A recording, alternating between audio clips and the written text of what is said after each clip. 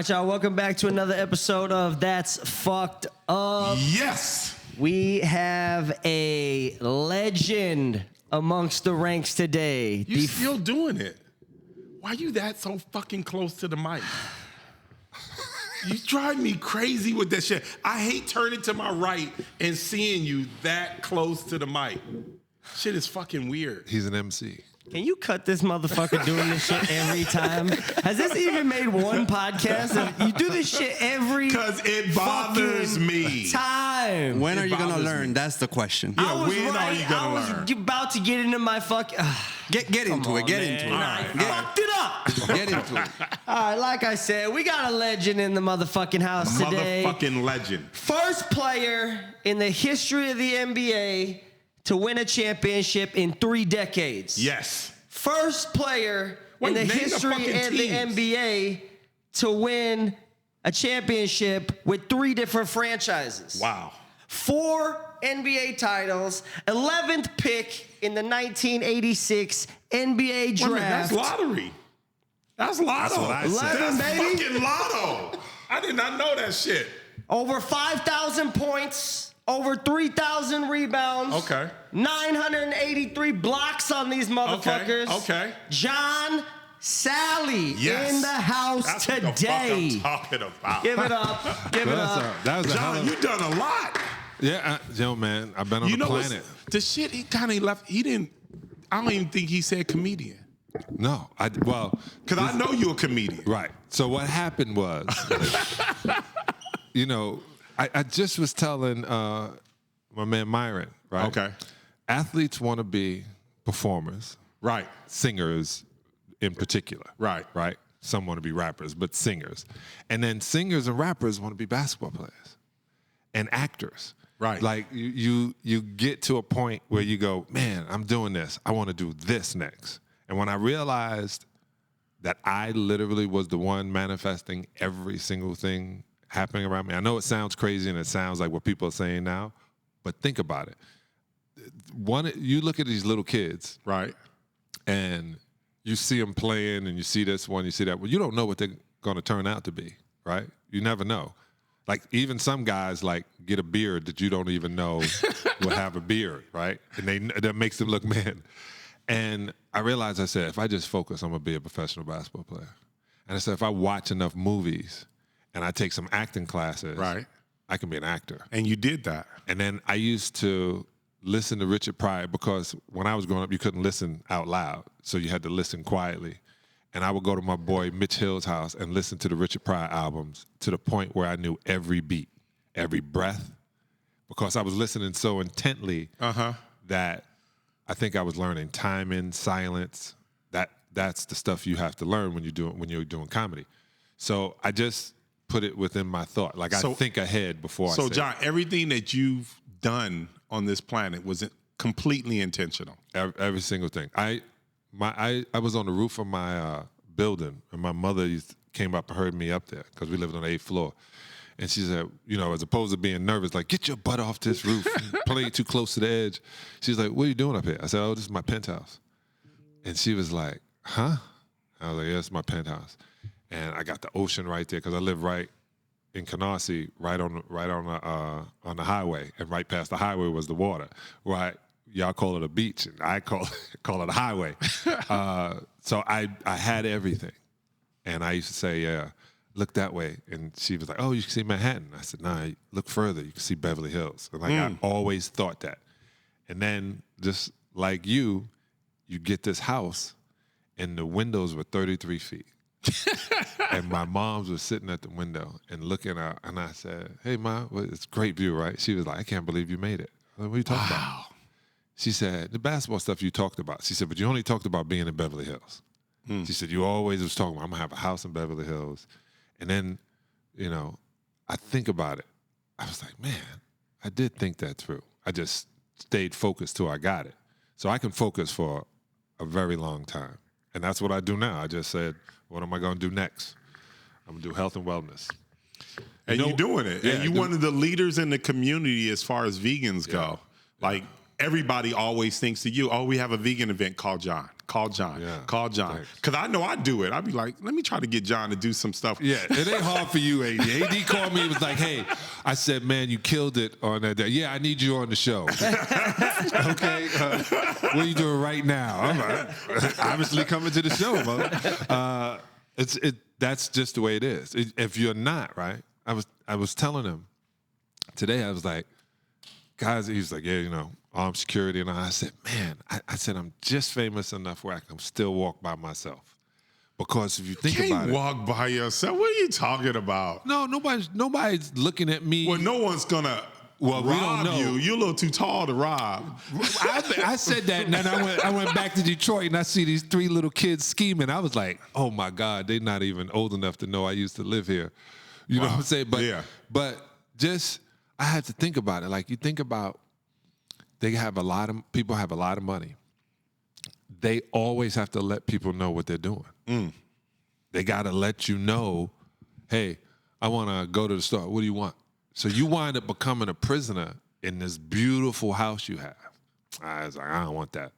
I don't want that at all. And it got to be 6 deep. No matter where you go, it's 6 deep. Yeah. And you got to pay for everybody.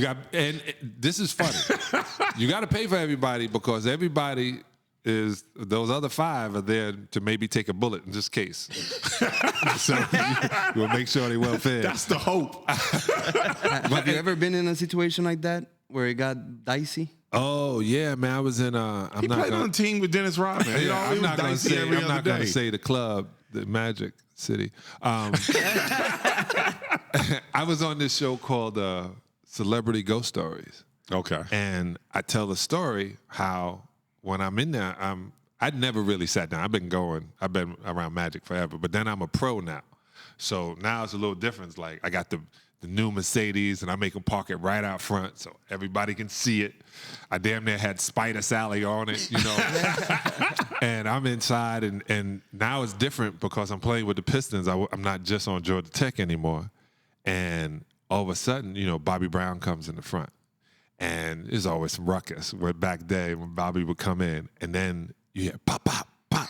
And my boy Michael grabbed me and said, Sal, we got to get out. And as I'm running, I'm telling you, it was like a movie. I turned into a white woman. I fall. I fall. And then I feel somebody grab me and pull me. And then when I turned around and he stood me, it was my boy Lloyd who had been murdered like in 1984. And I was like, Lloyd? And he like closed the door. And I look back, and then Michael comes busting out the door, and he's running. I said, yo, just get in the car. And I get in the car, and I'm like. What, Michael Jordan? No, my boy Michael Christian. Oh, okay. I was, and we run around to get in the car in the front. They still shooting. Now they're shooting outside the door. And I get in the car, and we zip off, and I was like, yo, I'm telling you who just carried me out. He was like, no one carried you out. You were running low and opened the door. And I was like, nah, dog, somebody like had me. Right. And I was like, oh. I ain't been back to Magic, so. But I love you, Magic, in case you're watching. So your boy passed away, and the one place he chose, he's like, bro, just put me at Magic City, and I'm just going to hang out here. I had my ghosts travel to strip joints. My ghosts don't joke. They get in there for free. They ain't got to tip nobody. They can be downstairs. Oh, man. So when you were young, you grew up in Brooklyn, right? Yeah, Canarsie. Brooklyn, yeah. Mm-hmm. So, and you grew up like when hip-hop was coming up, no? Like you grew up in that era where Russell Simmons. You were in Brooklyn when that shit was going down. I was 9 years old when it started, right?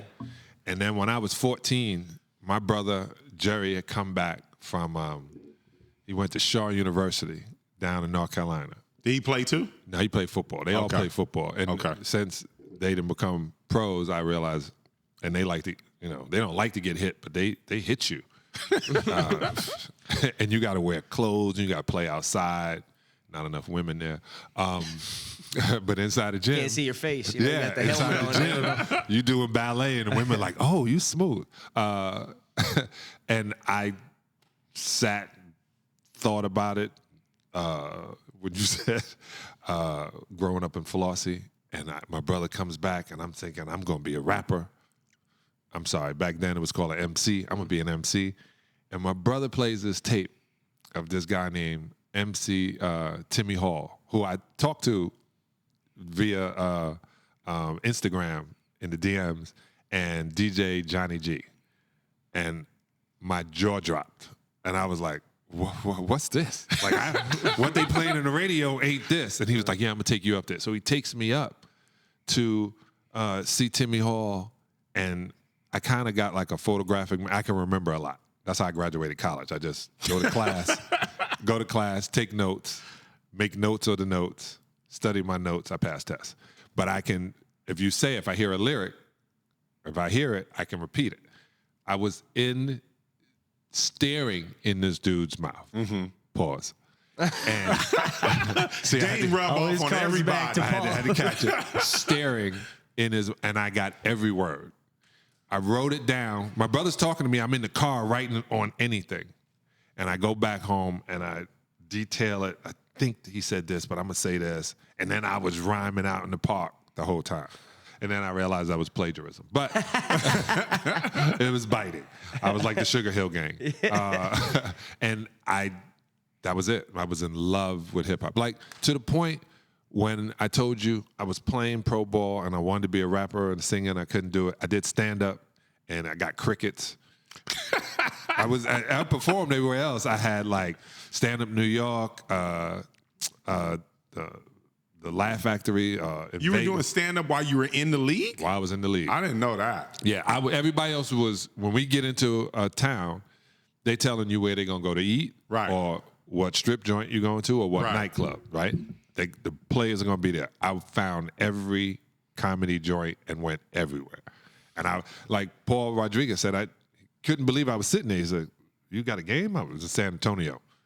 Like, I would go and stay there until 11:30 at night. 12 o'clock at night, just listening to comics. But when in 1991, I knew I wanted to be in the music business.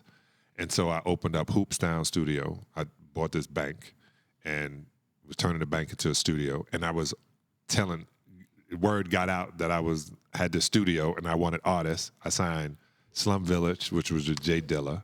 I signed Tony Rich. He got the Grammy in 1996, Best New Artist.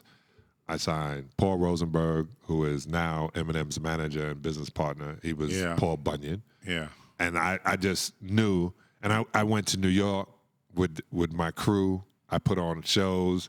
They were like, nah, they out of Detroit. I was like, yo, you don't understand. These kids in Detroit can rhyme. And then Eminem shows it in 8 Mile. But I was going to those kind of battles. Okay. Like I was listening to every rapper out of Detroit. And I just was like, okay, that didn't work.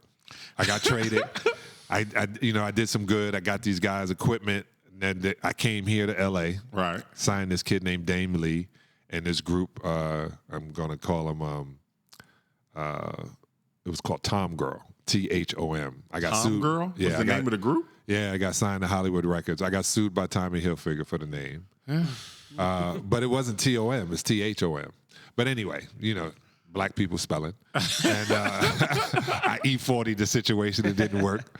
And I just kept, getting into it. And then 2000, you're not going to believe this, but when I was playing for the Pistons, I had my own TV show.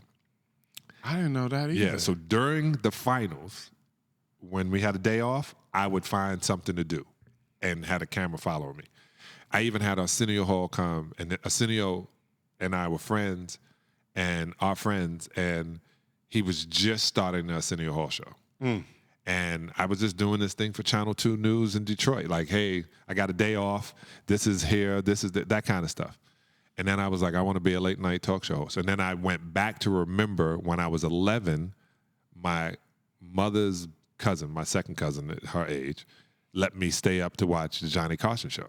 And I listened to Here's Johnny. And from 12 years old, when my moms and them would go to sleep, I would get up and watch the monologue of Johnny Carson and watch all of these shows, then go to sleep. So you still plan on being that host one day? And then 2000, I became the host of BET. And I did like 65 shows. So you had to do it after the other Kings of Comedy guy, right? You did after him, DL? Yeah. Yeah. I took over for Michael Collier. Okay. And then I did 65 of those shows, and then he sold BET for $3 billion. Talking about Bob Johnson. Yeah, still owes me $150,000. And so I got, you get it out of your system. And then I remember telling my wife, I said, all right, what am I going to do now? Like, you did everything. I did everything I've ever said I was going to do. I love that. If I said I was going to do it, I did it. And then I became one of the hosts on Best Damn Sports Show. And I don't watch sports. So that was a funny thing because I'm into pop culture. I don't care who scored 300 points or I don't care about. And then I don't watch. You don't watch any basketball, no football, no nothing. I watch football. Football, it helps me go to sleep on Sunday. Right? That's what you're supposed to do. You're supposed to go to sleep while you're watching it. Yeah. Right. And then get up and they're telling you what happened and you act like you saw it. But to sit around and watch a basketball game for free is scary for me.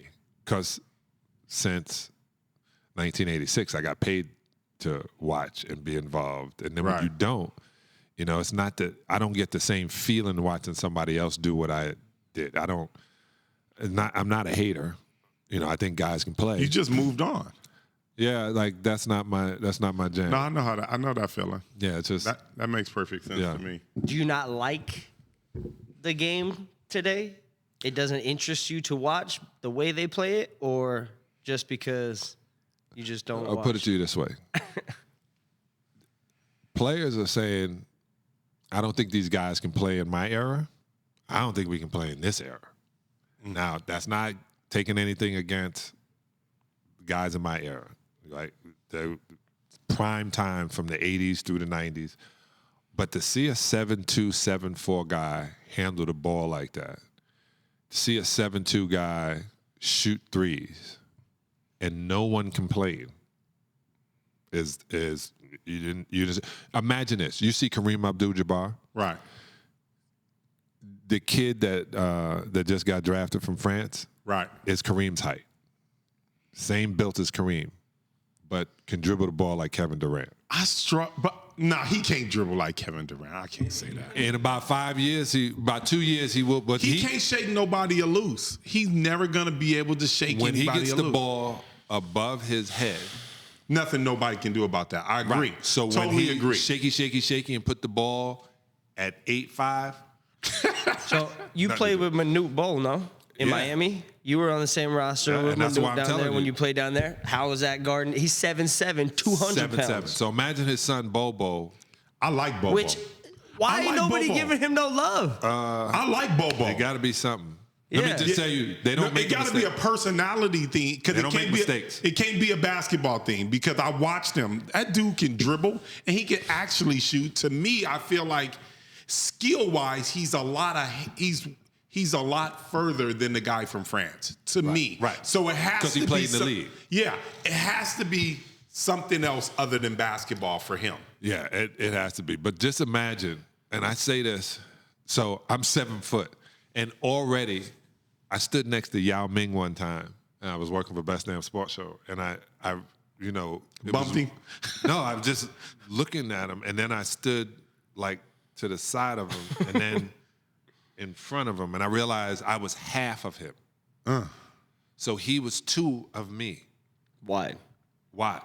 And 7 inches taller. Well, 8 inches taller. I'm 6'11", 6'10" on a bad day. But and I was like, what do you do with this? And if he was aggressive, I liked Yao. but if He was never Shaq. But if Shaq, if any of them had the personality of Charles Barkley, yes. it would have been the most dangerous thing in the Absolutely. world. I would foul Shaq on purpose. But you know who does have the personality of Charles Barkley? Who? Giannis. Yes. Giannis is fuck you, pay me. Yeah. He go after your head every single time. He's getting the most out of his body and athletic ability than anybody I've seen in a long time. It's similar to LeBron. Yeah. LeBron got the most out of his body. Giannis is a murderer out there. Yeah. He's a killer. And he's smart. Right? Yeah. And off the court, completely different person. Yeah, The but nicest person you'll ever run into. I watched his, I did a movie on Disney Plus called Sneakerella. It's on now. You can watch it. And so then they did the story on the movie on he and his family. And I got to meet he and his family. And this is a trip. So I played in Greece for a couple of months. Okay. And so I knew when I got to, all these Greek people were there, I knew when I got there, I was going to hear, like, And so I didn't say nothing. I turned around and I said, what team did he train on? They said, Olympiacos. And that meant I was like, oh, right? Knowing they hate me already because I played for Panathinaikos. So I knew they were going to hate me. Sure enough, his brother comes up. He said, oh, Sal, I went to. He goes, I play for Panathinaikos. I'm the only one. And so he introduced me. They were like, hey, yeah, what's up? It was like it was a gang war. I was like, dude, I was there 6 weeks. I don't care about your hate. But I got to meet him, and I looked and realized his arms is as long as Kelsie-Pippen. He has this huge body, and he attacks the basket. Which now, that's why I mean, if I said this to Isaiah Thomas, I said, man, if I was playing now, I might have been an all-star. And he was like, because I remember one time I grabbed the rebound, and I took off down the court, and the whistle blows, and I was like this, and Chuck said, hey, what are you doing? I'm like, what do you mean, what am I doing? I grabbed it. He said, you know who that is? That's Isaiah Thomas. Yeah. This is in front of everybody. That's Joe Dumas. Yeah. He said, when you grab a rebound, you look for them. Then you run down court. I was like, okay. It's different now. Yeah, he was like, all that you did in the street and that stuff. When I see Kevin Durant, Kevin Durant's my favorite player. So I have to go back. If Kyrie is playing, I watch. So if Kevin is playing, I watch. Okay. Who else? Giannis is why I can tell you. And if the Celtics are playing, I watch almost anything. LeBron ain't making this list? I watch. I love LeBron. Like, I was one of the biggest LeBron champions forever. To the point where I was on Best Damn, and I had to. That's when they were doing the Olympic team. I guess it was the Redeem team or whatever. And Carmelo knew how much I love Carmelo, and I had to interview both of them. And I apologized to him on camera. I said, because I thought Carmelo should have been the #1 pick. From Brooklyn. Of course I'm going to take a kid from Brooklyn. He should have been #1 pick. I said this, and then I watched how LeBron had become, and I was like, yeah, this is the best. Difference. He's the best player to ever play in the NBA. Ever? You played with Michael Jordan. I'm only saying that you so you played get with a clip. Shaq. You played with Kobe. You're wait. saying you're saying that LeBron James is the best player you ever played with. I never played with him. Well, no, I mean the best player who ever played. Yep. Damn. 3, 2, 1. All right, now that you can cut that. Let me go back and make what I Wait a minute, John, because we know you played on the 72 and 10. Yeah. Chicago There's nobody better than Michael Jordan. Okay. We're back on Earth. No. I have gone on shows to do what I just did. Right. Just to get the reaction. Yeah. Okay, so let me go back and tell you what I really think. Okay, let's go. Isaiah Thomas is the best player I've ever seen 6 foot. He is amazing, and he only has like 8 fingers because a couple of them are funky looking. If you ever look at Isaiah's hands, you're going to be like, those are ugly because he done broke them in places that they shouldn't have been broken. Magic Johnson gave me and Larry Bird nightmares. You don't sleep well before you play them at all. And, you get in the game with Larry, and, I thought I was going to be a Celtic. He'd be like, what's up, Sal? I'd be like, what's up, Larry? Oh, he's cool. I hated Bill Laimbeer. Love you, but, boy, I hate that guy next to you. Yeah, I know. Please don't kill us. That kind of. Then Kobe, like Michael, the best way Phil Jackson explained it is Michael would find a weakness and beat it until it was dead. Yes. Kobe didn't care. He was going to shoot from here. He was going to do this move. It was already programmed. When I got on the Lakers, Kobe had a VCR. We put old tapes in, and he would watch games from older than when I got in the league. And this was in '99. So he's watching 80 games. Wow. Watching guys' moves, what they were doing. Bean was no joke. He was no joker. But then I watched LeBron watch Magic, Larry, Kobe, and Michael. And so his recipe to become a LeBron is 4 parts. Right. Michael Jordan had 2 parts. He had Dr. J and himself, so there's 1 part in him. Magic had nobody, Larry had nobody. But imagine if you can take all of their games and figure out and focus on those things. If you watch LeBron's fadeaway shot, you watch LeBron hook shot, dunk on people. Like, he does so many things they all did. And he scored more points than Kareem. So when you think about it, in this era, this guy just took a month. Nobody is the greatest. I used to say nobody's the greatest of all time. I thought Michael Jordan was the greatest in the 90s. But, I said that just to piss people off. Because I know how to do television. So, but Michael definitely was the best. But once I sit back and I think about it, he's the best player. Like, he dunked, and I used to tell him. Who's your Mount Rushmore? Here's my question, though, on that. How does Isaiah Thomas feel about you saying that?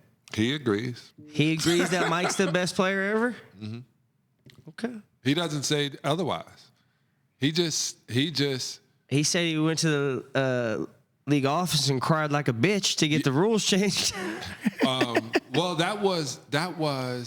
I remember Phil. So I played for Phil, 2 different teams, and then I understand propaganda now.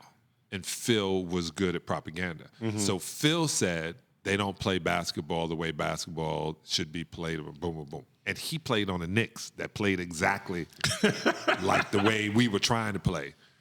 And then Michael finally said something. So when he said it, as a league. So Mike actually said something. He said, he said Stern. Classless. No. Oh. Michael never had to talk to David Stern. Okay. David Stern and Michael came in together, and David Stern said, you and I are going to change this league. So this is how smart the Don was. That's what I called. Okay. So he realized that each player was a Fortune 500 company. He realized that you had to have more than 1 star, but you needed the 1 star, top of the Christmas tree. Right. So they changed because it wasn't beneficial that Dennis Rodman you're about to go for a layup, and Dennis Rodman put Scottie-Pippen from the back. Yeah, and that's bad basketball. No, it was legal basketball. No, it was definitely legal, but legal. That's not fun to play against. Like, that kind of takes the spirit away from the game a little bit. I'm glad you said that. When we're there to play, we're not there to play for fun. We're there to win games. And this is a trip. No, that's true. I get that. Right. So if the rules say I can take your ass out of the air, then they change it. It's called breakaway foul. Now you can't do a breakaway foul. If I jump and you pump fake me and I come down on top of you, okay, you got to go to the foul line and make it in my day. Now that's a flagrant foul. And they came up with these rules against us because they knew we were fouling on purpose because we knew people were soft. So if I hit you hard enough coming in the lane, you think again about coming in the lane. Absolutely. And if I got 6 times to do that, I'm going to use all 6, right? And MJ realized it to a point where he'd get to how he can dunk on somebody. Scottie-Pippen toughened up. Right. And when he got hit, stood up, had a big knot on his head, whatever, shot the foul. Like, it hardens you. So you played for the Pistons, where allegedly you guys had this system called the Jordan rules. Is that a real thing? Yeah. So anytime Mike went to the basket, hit Mike. Was that the rule? If Mike gets to the paint and he's in the air, try to block the shot. No one's going to block that shot.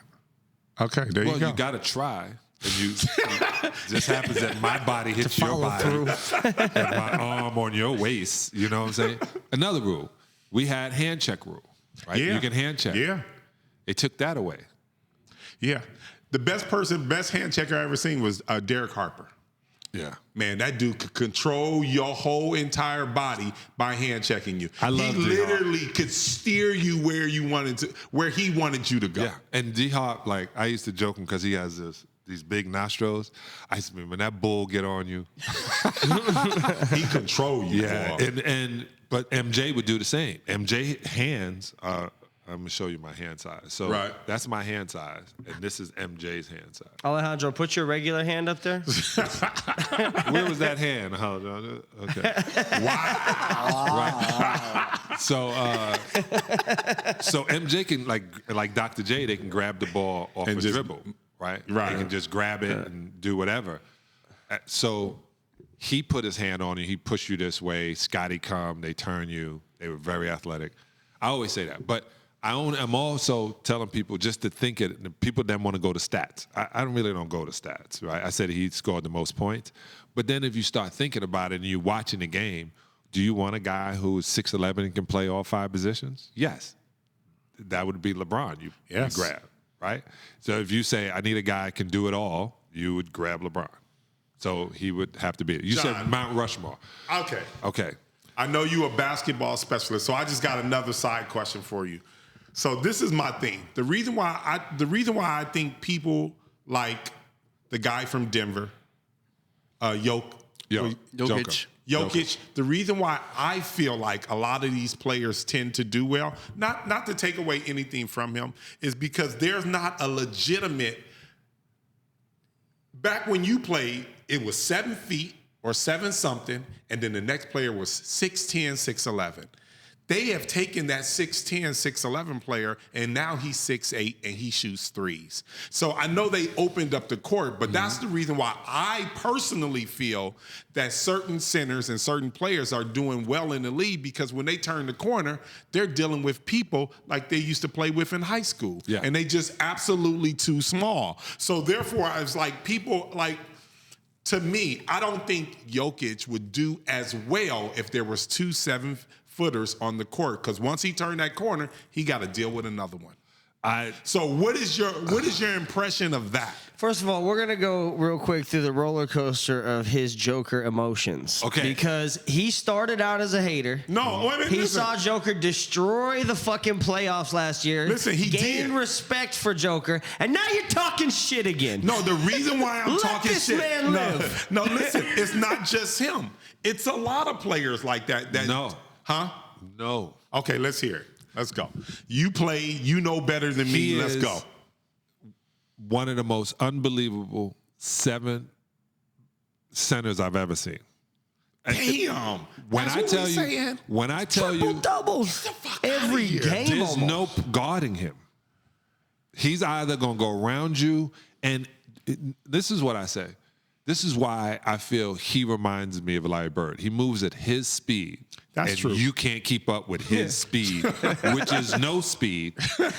In the whole idea of what speed is, he plays in a whole different environment. And like he said, he played in Serbia. When I played in Greece, I come out and, I just finished playing on the Bulls. I'm feeling myself. I'm in shape. I just had a baby. You know what I'm saying? My wife stayed in America. It's about to be on. I got the most money. I'm like, oh, my God. I'm about to rule this all Europe is mine. And I went to a game, and we're playing against Olympiacos in our gym, and they had to cut in half. It was so imagine soccer, and then put it around basketball. So in Greece, basketball is soccer. Right. Same fans. Right. Same mentality. Right. But closer together. They shot a flare gun across the court. I'm like this. Go. And then they put it out. They're doing all this stuff. And they shoot one back across. Oh, shit. This is during the game. At the end of the game, they have to bring in all the military riot police. Let them leave first, because they have their own parking lot. Damn. They have to leave, and then the cops make sure they're gone, and then the next team. This is what was happening. So I'm in agreement with him that he had to play basketball in a war and win. Because if you don't win, we playing, I'm not going to say anything is fixed except basketball. But when I tell you that we were playing the game and we were up. I was like, yeah, coach, the timeout. I said, why are you calling timeout? You know, why do we call a timeout? Don't shoot anymore. What? Just play defense. Don't foul anybody. What? 10 seconds ago, we up by 3. They get the ball straight to the basket, throw a ball back in, they foul us. Dude misses the foul shots, they win. I'm like, what just happened? Like, I don't like losing. If you and I right now was playing Skelly, which that's an old game, y'all wouldn't know. If we were playing anything, right. I don't like losing. Right. I'm like, just get in the locker room. Dudes are drying off and putting their clothes on. I was like, y'all ain't gonna shower? Like, y'all nasty. He was like, no, Sal, hurry up. And I go, I'm gonna go shower. I go in the shower and turn it on. Water comes out of a hole. That's different. I dried my ass off, they were rocking our bus until we got to the airport. Hitting the bus, throwing things out. I was like, yeah. So imagine he had to learn to play in that, to come play in America where everything is foo-foo. Yeah, air conditioning. He is, I'm telling you, I watched him. That dude is bananas. It is, I cannot imagine. I couldn't imagine Shaq guarding him because Shaq didn't want to come out. And Shaq don't like to be embarrassed, and him throwing those passes and kicking back one leg and shooting. Shaq would elbowing him and dunking, but down at the other side, he convinced the ref to make you foul him. He constantly would do something with his arms and all that, go up under you like Steve Smith. He's so tricky. So So he the real deal. And he Joker, is really Joker's the real tough though too. He ain't back. He wouldn't. It's not like he's a bitch and he's backing down from any player in any era. That motherfucker is strong. He's going to give you 25, 12, 10. So they back-to-back next year because they got the best team. I think Memphis, man, they got a shooting chance. Memphis. They got a shot. Y'all ain't hear what he's saying? Y'all ain't hear what he's saying? Come on. I had to get it in. So I have a question because you mentioned how it's tougher to play in Europe. Yeah. And now if you see the top Hold on, players. before we get too far, man, I can't let you get away with just kind of throwing in there that nothing's rigged but basketball, and then go back to go away from that because we told that Wait, story. let Alejandro say what he got to say. We'll get to that. It's on your list.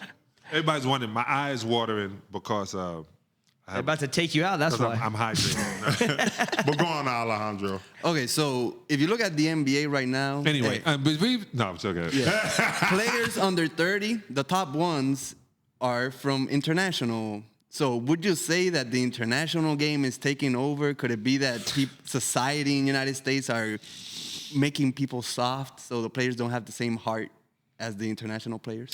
Well, hip-hop started in the Bronx as 1973, Kool Herc. And now we have trill music in London. We got Burna Man in Africa. We got unbelievable female rappers out of Japan. We got them out of South America. So what happens is we develop the culture. And then the culture, because of the way life is, it spreads out. Because there were players in the 80s that were unbelievable from Europe. And what happened is Nelly, Golden State, went and got Marcelonis. Who was a beast. Yeah, they started bringing over European players. But when we were playing NBA, the European kids, if they had satellite, would sit up to 3, 4 o'clock in the morning to watch a game. So the game changed, and the NBA realized if they were going to survive, they had to be international. So in 1990, the NBA played a game. First game was Utah against somebody else in China. And they realized they were developing the China market and then bringing European players in. And because when you're in Europe, you're only allowed two Americans per team. So they figured out how to lessen it, but in the same thought, they developed and became better and better and better. When we played in the Olympics in college, David Robinson, they were playing again, and they lost to Croatia, I think it was. they were professionals already. Then the NBA was like, well, you can't lose. And then we developed the Dream Team in 1992. So all of a sudden, now the pros were playing because we said in America before that you couldn't get paid. They said, no, we have to send the best athletes. So Europe was sending their best athletes. We weren't doing that at the time. We were sending over guys in college. The Dream Team changed everything. When they went over, Charles Barkley was the mean American, picked his lane. Magic got Larry to play. Bird and Shaq should have been on that squad, but instead, they went with Christian. It's just the NBA broadened this way, and it made it an international game. But the NBA is smart. They have NBA Africa. They don't have NBA Europe. They have NBA Africa, so we're not destroyed as a league. What I mean by that is if you start letting 7'7" guys who can jump 51 inches with no sneakers on dirt into the NBA, it's going to even change even more than it had. At one time, it was Akeem Olajuwon. It was Manute Bol. It was man does not fly in the house of Mutombo. I have to say that before I say his last name because I can't remember it. No, they were taking pieces. Ginobili comes from Argentina, and we hadn't seen that. We hadn't seen this Spanish kid from South America until the international team called San Antonio put it together. Even Tim Duncan is from St. Lucia or St. John, one of the Saints. Yeah, he's from the U.S. Virgin Islands. Right. So the NBA is smart enough in the 90s to realize in the 80s we're going to have to do this, and in the 90s, the Don, smartest commissioner ever, Donald Stern, said, this is what we're going to do. We're going to make it an international game. And they do things different in Europe. I'm going to explain. Tony Parker played for his father, who was a pro coach at 15. So when most kids are going to 10th grade, Tony Parker was getting a check. And my daughters speak French, right? We put them in Lycée Français, made them stay in it. So when they go to Europe, on the table is wine. In Italy, there's wine. There's champagne. They don't cuddle and treat kids like. So they grow up faster, but with more structure. And so I just think the NBA wanting to be an international league is getting very close to that. To the point where soccer took the same idea. They brought Beckham over, and then after Beckham, they started moving it to the point where now Messi is playing in MLS. And they know it's a step down from playing in the other leagues. But it's to develop an international soccer union, and that's what the NBA is doing. So soon it would be a world game. And the World Championship will actually be the World Championship the in NBA, basketball. The NBA has to figure out how, okay, these 6 teams are going on a European tour, but the NBA also is keeping it inside the state. I was on the first Toronto Raptor team, and every day in the paper or every Wednesday, they would be a middle of the paper would show rules and what this means and when the ref is doing it. Like they were teaching basketball.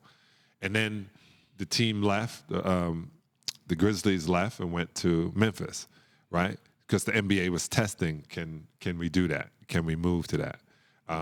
So now with the NBA bringing a Vegas team and bringing back a Seattle team, you're still going to have to be in America to play.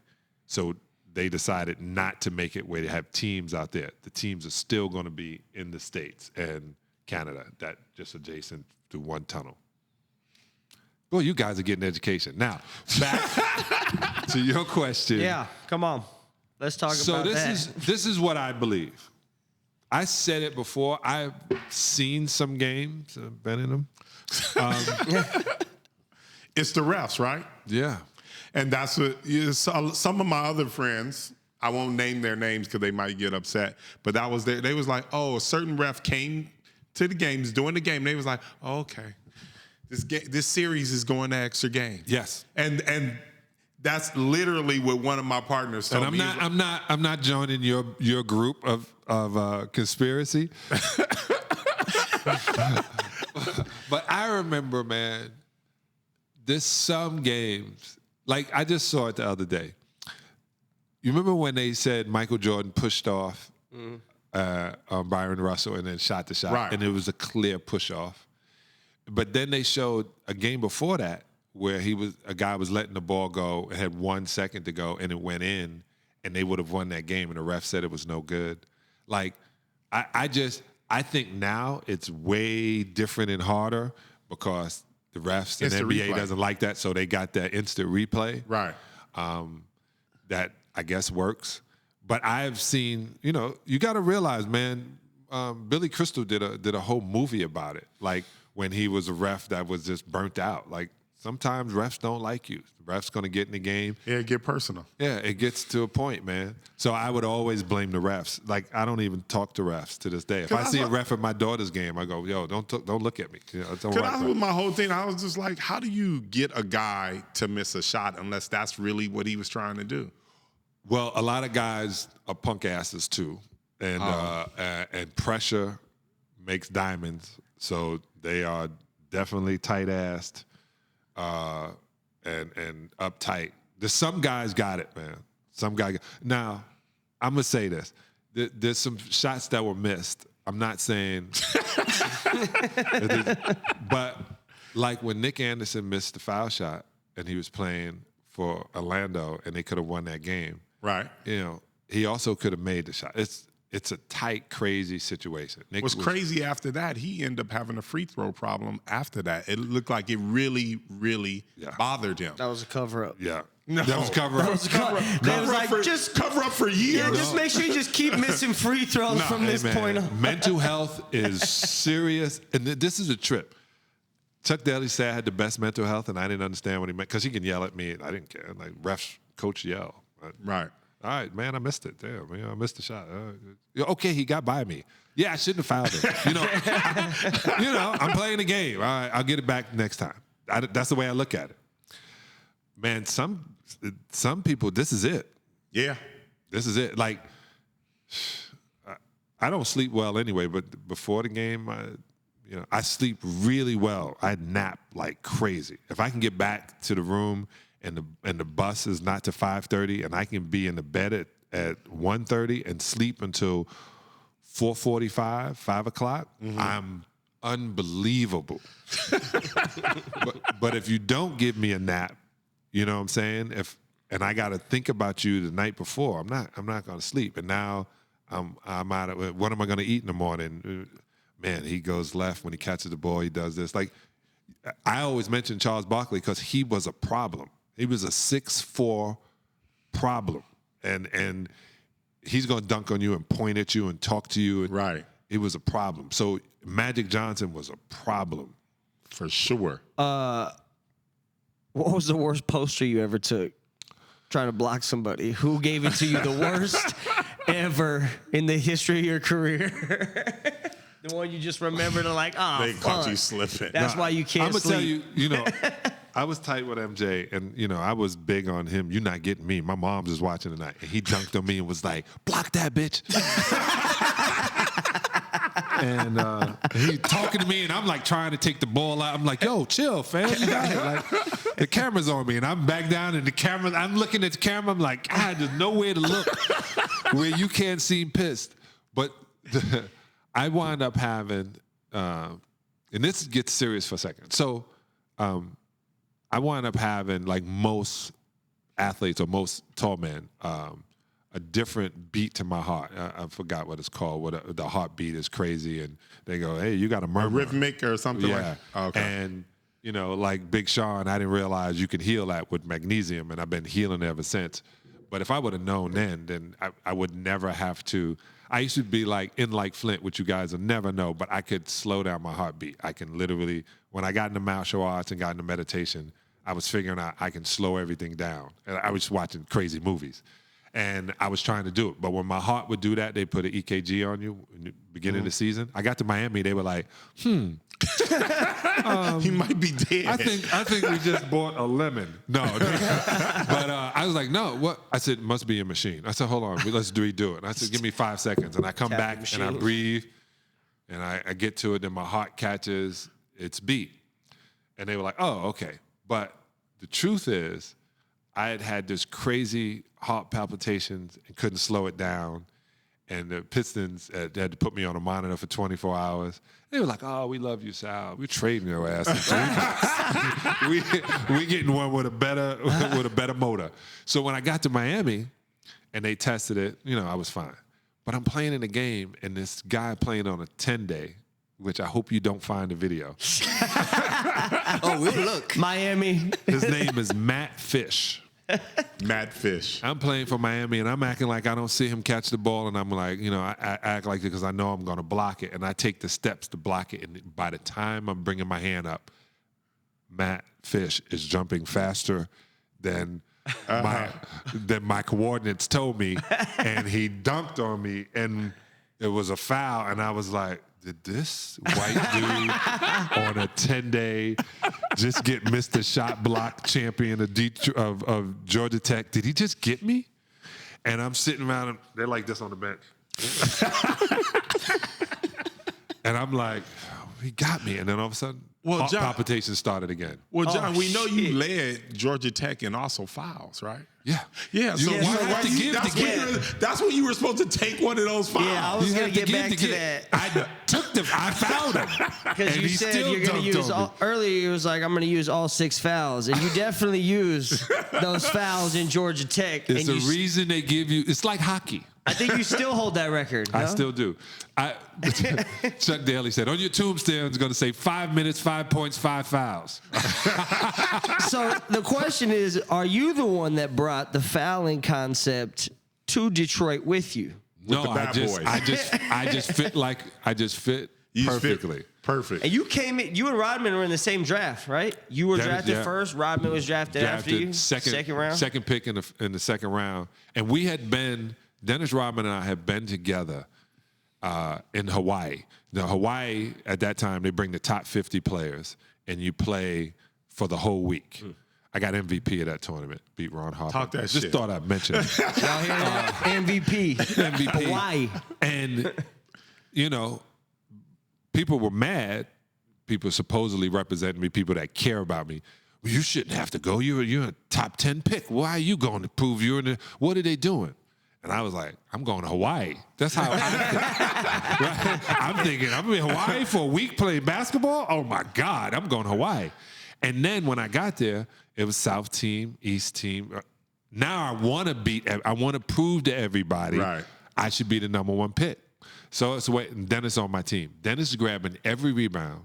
And he says, when I get the rebound, I'm going to give it to you. I was like, good move. You do that. We were roommates. I love Dennis Rodman. This is my brother. And he would get an offensive rebound, could put it right back in the basket, give it to me. Every time. I missed 3 shots the entire week because all of them were dunks or layups. Right. And I hit my foul shots. So he's always had that mindset. Always. Just take it. Take this. Dennis Rodman, there's one stat where he has no points and 18 rebounds. Like he sees I saw like a 2-game thing where he had like 40, 50 some rebounds and like 2 points. And this is what he said. A 2-game thing. Everybody can kind of put the ball in the basket. Not everybody can rebound every miss that everybody is shooting. And he would know. He'd watch you shoot, and he'd be like this. He'd watch you shoot, and he'd release and run somewhere else, and the ball would go to where he was going to be. This dude was amazing. Yeah. And I know he's not from this planet because he's a black guy. He's like AD, a black guy with calves. There's not a lot of them. Him, Alonzo Mourning, and AD. They got calves. Everybody else got, knee and ankle. When did Dennis change? When did he started to kind of marry himself? Yeah. Smartest move in history, right? Yeah. You know how many divorced men wish they would have married themselves? Did he always have that kind of different personality with Detroit. It seemed like he didn't really have that until Chicago and possibly the Spurs. No, so what happened is when Dennis was on the Pistons, he was just, quiet, introverted. And this is crazy. I go into the NBA at 22. Dennis is 26. I didn't realize he was 4 years older than I didn't know that either. Yeah, I didn't realize it until he said it on this other show I watched. I literally didn't put two and two together. He was that much older than me. But he, wasn't as worldly as I would, as my mother would say. It wasn't as worldly as I was. And so I wouldn't be like, oh, this is that, We get to New York, this is how you roll. Right. This guy, hey, can I get $1? Dennis go in his pocket. Man, don't get that money, You got to teach him. But Dennis, on this squad, when he was on Detroit, he was so upset when I got traded and Chuck got fired that when I was playing on Miami, I came back, he said, I'm not going to guard you. And I said, what do you mean? He said, I'm not going to guard you. Get the ball. I'm not guarding you. I had 27. I went down and I told Kevin, like, you got to throw me the ball every single time. He was like, no, we're going to run a play. I know you're home. I go, no, you don't understand. You got to throw me the ball every time. Just throw me the ball every time. I promise you. Sure enough, I catch the ball. I turn around, look at Dennis. I go around. Dennis is like, and they realized, oh, he's not guarding Sal. They had put somebody else on me. By that time, I had like 19. That's why I said Dennis is the man. But when he thought that this was a family, they were saying, family, this is a family. And then they traded Vinny, and they traded Buddha, and they traded Rick, and they traded me. It was like, you cut Chuck. Where's the family? Right. Right? This is not my family. So when they traded him to San Antonio, and he's down there with John, and he's dating Madonna at the time. And he liked that lifestyle. And everybody thinks he decided to do that to his hair. He watched Demolition Man. Remember Wesley Snipes did it? I remember that movie. Then he did it, and then he looked good in it. And, he started getting piercings, and he started liking the way he looked. He started liking himself because he didn't like the way he looked at one time. White women loved the way he looked, and some black women, but white women loved his way. Right. That's what he told me. He said, black women don't like me. I was like, okay. But he then started becoming a pop star. Right. And then he was allowed to wear the clothes he was, Gaultier type clothes that he liked that. He liked that idea, the pink hair, green hair, earrings. And then when he got to Chicago, Phil said nothing about it. Like, they were like, what do you think about it? He's like, what are you talking about, Phil? Did y'all talk before, because you guys played on the same Bulls team too? Like, who got there first? Or who He got there first. So I was on Toronto, and I asked Isaiah to trade me right after I went there. I said, you got to let me go. And it I said, come on, dog, I'm not going to do it. It's cold here. I live in Miami. It's not happening. And Orlando was going to do a trade, and Isaiah didn't want to take what Orlando was giving him. And then Chicago said, we want to trade with, he just wouldn't let me go. So, 6 months there, great 6 months. I was able to, my daughter, Tyler, was conceived there. I got to meet some great people. I got to be international. I think Toronto, if you could be anywhere. Yeah, I heard Toronto's fun. Go to Toronto. Yeah. For me, from May until November, then go back to Miami. Right. But Toronto, I don't like cold weather. But Toronto was the most pristine, beautiful place you can be. Then, in the summertime, they go up to the lakes. I mean, they ball. They do it really well. Oh my God. I cannot, last night was insane. So when I tell you he almost broke the bed. Hang on. So he started using this cream called Sword Vitality, and it's changed everything. You should definitely tell your man to get some. It actually works. Oh yeah. Sword Vitality, the ultimate male enhancer. John, on that 72-10 Chicago team, what's your best Michael Jordan story? Oh, We gotta hear this because best? you're famous for telling your stories. Yeah, thank you. Because I tell the truth. And No, I know. everybody else takes this shit so serious. Right. It's just life. This shit is fleeting. Right. Right? And I know it sounds crazy that I say that, but it is. It's fleeting. And like, I'd say about 10 of my friends, really good friends, had passed before I was 24. So I started realizing how fast it was and how you should enjoy it. And people, you know, I laugh and smile and do all that before the game. And then there was a picture of us about to play the Lakers. And they panned, and then you can see where I'm about to go into war. It's on. I got 6 fouls. They're not going to be, you're never going to get a nit-nat foul from me. You're going to get hit. If I'm going for the ball, I'm going to get it. If I don't get it, you going to get it.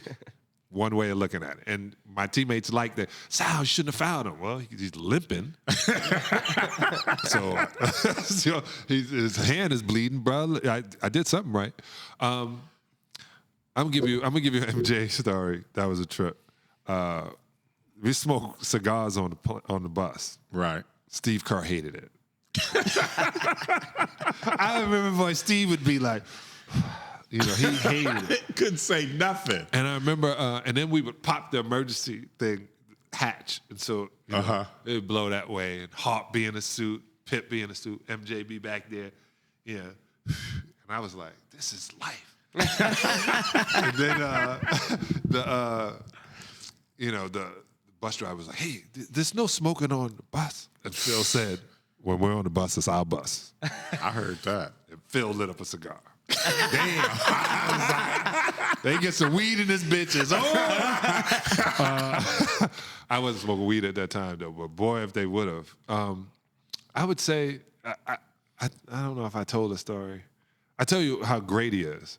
I'm on the squad, and we're in these pods in the locker room, which, you know, they built this beautiful building, but the locker rooms were crazy.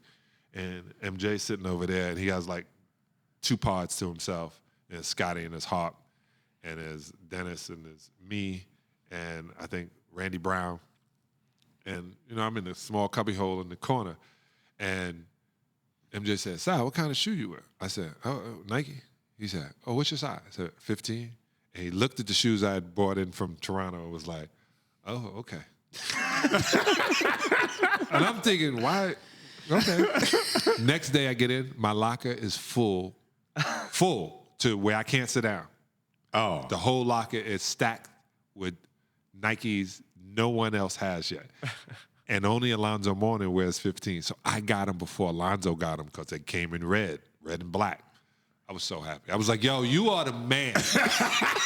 You know, he doesn't even understand the way I think about sneakers. It's like, I was like, I would hug you. You are the man. He was like, You yeah. still got any of those pairs? What? Yes. Yeah. There's one, I played in one. I was like, I need 2 pair of these because I'm playing that joint. And then I got MJ, we're playing a game, and I'm seeing MJ wears a brand new pair every game. I watch him take him out of the box. I watch him lace him. And he's sitting there in the room before he gets taped, smoking a cigar, lacing. Now, we're in a building. Lacing his sneakers. And he does all this, and then, you know, he gets his socks right to where he's supposed to be. And, you know, then he puts his shirt, like he is like putting on armor. And then I watched him one game, autograph him and give him to the ball boy. So the next game I was like, I need your sneakers out of the game. He goes, no, I give them to the ball boy. I said, not tonight. Ball boy probably to this day is the reason I would need security guard. He wants to kill me. And MJ gave me the sneakers. So I see they're doing this thing I get booked to go to this event for MJ. They don't want to pay me the money I request. Right. But it's right here. I'm not going to say the name of the casino, but did you guys know that in June they had this big Michael Jordan sell-off of all kind of memorabilia? Didn't his Game 6 jersey or some shit like that go for the most of all time or something like that? But his sneakers 2 months before went for 1.3. Black playoff, 1989, supposed to be the last game as a Bull. Wow. This guy they went for 1 point. So I called the guy, my cousin Collins down in Miami was like, call this number. You still got them MJ sneakers? You ain't gonna do shit with them. They probably in a paper bag somewhere. And they were. And I go and I find the bag and I pull them out. And so I take a picture and I send it to the guy. He goes, $90,000. I said, what? For these? I'm thinking, you know how many sneakers I could have gotten from this dude? $90,000 a pair. That's pension money. 82 games. What? I was like, dude, these people realize that, you know, this. But he gave me these sneakers and I still got them. But my favorite MJ story is we're in Philly and he's going to go to Atlantic City. And I'm going, and we practice at 1 o'clock or something like that. He's going to gamble, right? And then later he's going to go to dinner. Then he's going to go to Atlantic City. See how I do AD? Yeah. I noticed that. I caught that. He's going to go and I go, yo, this club here in Philly is off the chain. He goes, Sal, I can't go to a club. I go to a club. It's not the same. I go, no. You want to go to this club. He goes, I don't want to go to strip joint. He says, not strip joint, it's nightclub, but, you know, the women are amazing. You got to just walk in with me. No, I'm not going to go. I convince him. I said, just come by half an hour. Just show your face with me. You go down. You finish eating the bad food. Now you come here for the nightclub. We're quick, we out. You go down to Atlantic City. All right. So I convinced the guy to let us in the back. Pause. Dame is still with us. I'm doing that for you, Dame. I'm convincing the guys, you know, hey, and I go to the guy and say, hey, I'm bringing MJ. He said, what? I said, I'm bringing MJ. Yes. His section, quiet. Can you smoke cigars in there? Yeah, anything you want. Do whatever you want. I get him up in there, and the owner comes over and goes, Michael Jordan in my club? Turn the lights on. Got on the mic and said, Michael Jordan, my club, blah, blah, blah. And MJ was like, smoke cigar. He said, you call this fun. Then people were lining up to talk to him. I was like, damn. See, baby, I got Michael. I brought him in here, you know what I'm saying? He go where I tell him to go. You know, just to let you know how these strings are being pulled. I'm in charge of the party that's going on. Yeah, that's the only thing I was thinking about. But, yeah, MJ, he couldn't do it. He couldn't go. 72-10. And my fault, we're not 73. Not 73. They blame two of those. One of those L's is on you? Yeah, that's my L. So, I'm acting like I'm a little boy now. So what happened? So Mike scolded you after the game? I leave Toronto. I get Isaiah to let me out. I get out. I go to the Bulls. We have to go play Toronto. Now, they can't beat us. And I come in town. Before I left Toronto, I'm throwing all the best parties every other Sunday with my boy Drew. So I got this place, Atlantis. I'm making people dress up. I'm charging $20 at the door, $19.95, which is ridiculous. People are like, what? I don't pay $20 right now. That's why you sitting to my right. No. And you can't, right? But I'm making people dress up. I'm doing all this. I brought in Faith to perform. I gave her like biggest check at that time for her performing club scenes. I'm doing it all. So when I go back, when I'm getting back, I'm already setting it up. Yo, I'm bringing MJ, Scotty. Make it right. Make it happen. So the club is laid out. We up too late. We playing an afternoon game. And they beat us. And I knew it was my fault. But when we lost Toronto, we had a practice. I just thought Phil was going to kill us. He gets us dressed up. Hey, we playing for minutes. After that shit that just happened in Toronto, we're playing for minutes. Obviously, you guys forgot what this is about. And we're all taped. You know, I'm showed elbow pad ready. I'm trying to get Luke's minutes. You're about to get the business because I'm playing. And they bring us in the room, and they bring in my guy, George Munford, and he's a mentalist. Is that what he is? Well, we breathe for 45 minutes in one breath. In, out. So everybody is on the same. Jordan, too. And this is the deal. He made you hold hands. So when I get in there, I'm thinking, oh, it's a setup. There's a camera somewhere. They trying to clown me. Okay, what's the joke? And I look behind me, and Scotty, Michael, Hop. 45 minutes. So they really respected Phil. Practice was over.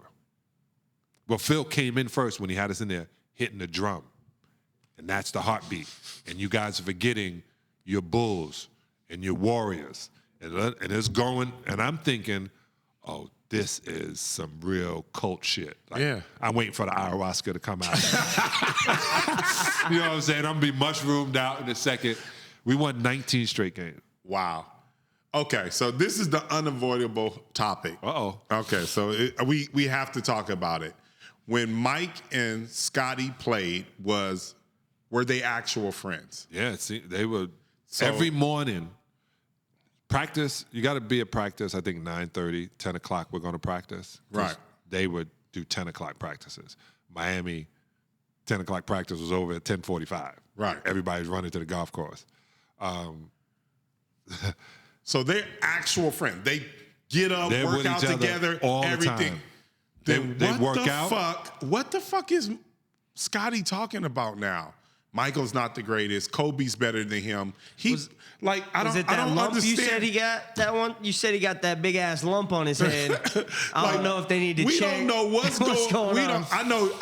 I don't know what's going on. Like, the world is turned upside down when one of your great friends is now turning against the best basketball players that you said ever played the game.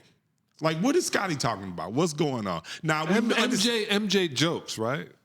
And some people, MJ jokes on a lot of things, and some people take it serious on things. But MJ is just kind-hearted and just like Tiger Woods. They just joke hard. Like, you know what I'm saying? You're the greatest of all time.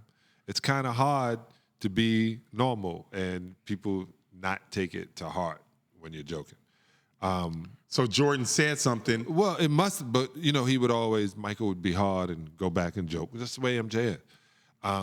And I've said the same thing. I said to Kobe too. I said to Michael, in front of Michael, at 27, Kobe would have, but I'm doing, this is different. He knows I'm saying this just to fuck with him. Right. He knows I'm saying this to piss everybody else off. Right. Because he knows since 1982, I've known he's the best.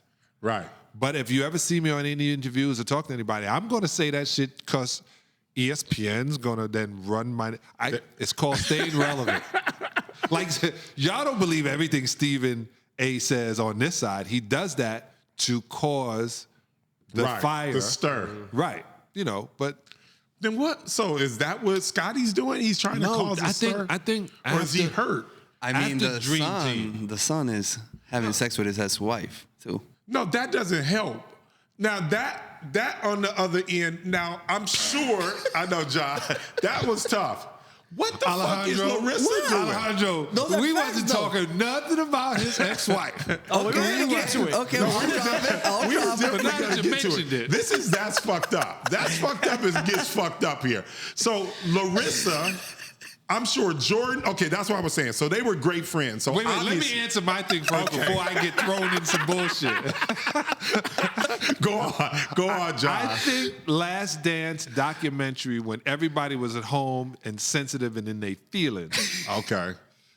even guys on my old Piston team, I just think, it was the pandemic just changed a lot. I really think people changed. But the truth is the truth. And Okay. that's what I think the Last Dance was about. I know it can be manipulated, but it was the truth. Scotty did that. And this is the deal. Not only did Scotty do that, the year before, Scotty wouldn't go in the game because Phil gave the last shot to Tony, Right. and Tony hit it. Right. He hit that. Okay, I watched that, and I watched him not want to go in the game. So no, let him. I watched that. So whether he was mad or whatever, I then saw The Last Dance and didn't see it. We never saw it from MJ's position because we felt Because he was playing baseball. But we felt he was propped up high. I mean, The Last Dance is MJ's his POV of what was happening. Right. That was MJ's POV. I think that bothered Scotty. Listen, I thought Scottie-Pippen and I were tight. I thought we were cool. I would give him my tickets. He would give me his tickets. him and Horace, I thought he was cool with me. He live out here now, right? Yeah. And then I saw an interview where he had, on ESPN, where he was like, I was tripping when I said something. I was like, what are you talking about? Then I get on Vlad and I say he's the most skilled player. And everyone goes, but you play with Michael Jordan. And Michael Jordan is the greatest player of all time. But if you were to sit around and do a skills competition, Scottie-Pippen would beat everybody because of his ability to do so many unbelievable things, right? He can shoot the 3-ball. He can drive. He played all the positions. He was like LeBron, Right. like what LeBron is doing now. So I said that. I said the most skilled, and I would be cool with him. He got in the weed business. The guy was like, yo, FaceTime me. Yo, Sal, I'm with your boy. What's up? He was like, what's up? So I don't know. Maybe as we get older, we get grumpy. I love Scottie-Pippen. I don't have any beef with him. I don't know what it is. But I think that is what it was. I think hitting certain things that we would consider to be bad luck again and again and again really wore on him. I don't understand the Scotty thing because it's not like no one propped Scotty up or never gave him his credit. They didn't. Who didn't? They used to say the only He's reason top 50. I said that, but they used to say the reason he was is because of MJ. No, that's absolutely true. What? That is absolutely true. 100%. Okay, so let me hit you with this. No, not that was true. Scottie-Pippen that they doesn't said come it. up. No, that they said it. Right. So I'm not disagreeing with you. They definitely used to say the only reason why Scottie-Pippen is Scottie-Pippen. It used to be more of that when I was young, but then... No, when Jordan But then left, you got to people would remember what give Scottie Scotty did. more Scottie had credit. an amazing year when Jordan left that year. He had an amazing Except year. for that one situation. One situation. Right? Which, that's what Ray Rice said. Ray Rice had a great career except for that one situation.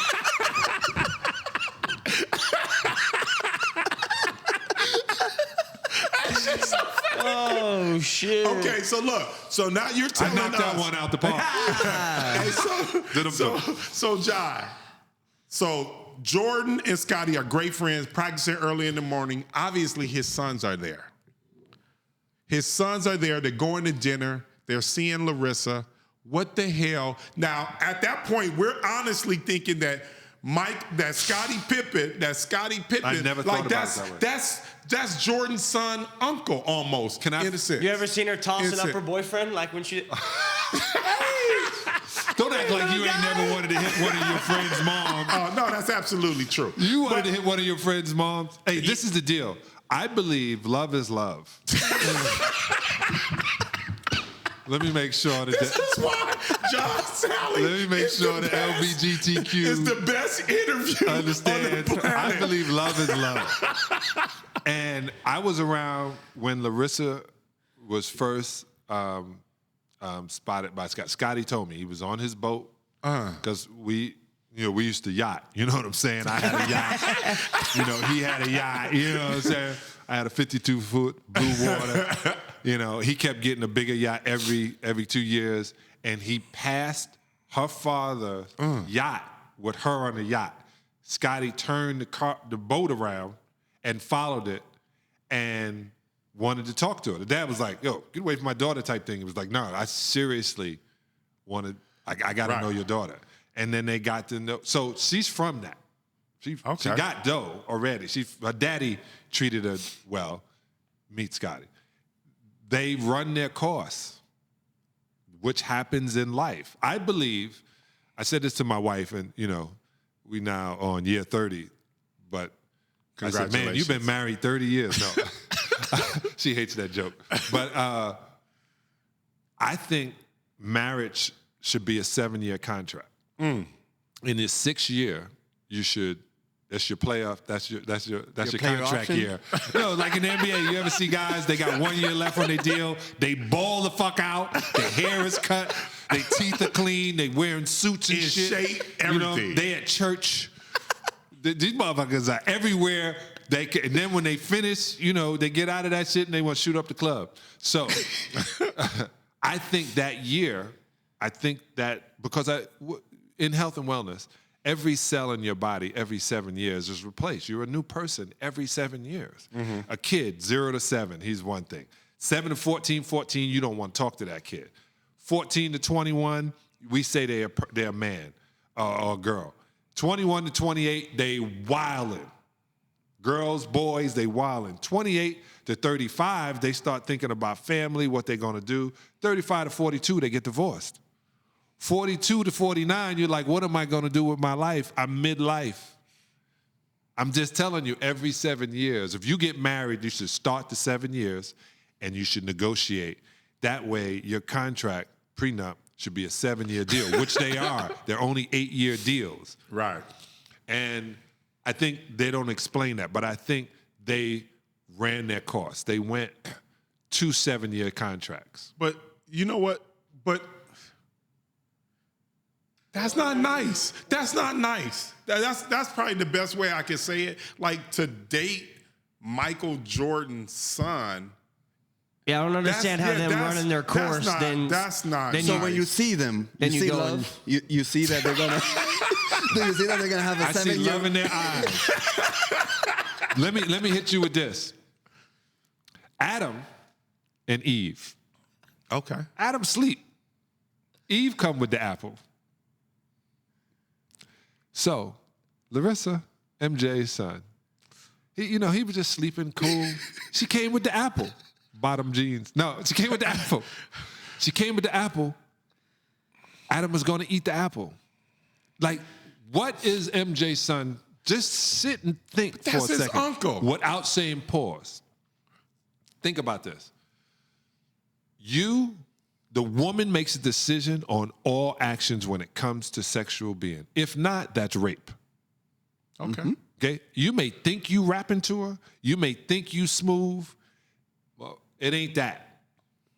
Motherfuckers with bad breath and no teeth are getting something. That's right. It's the decision of the female. She decides on who she wants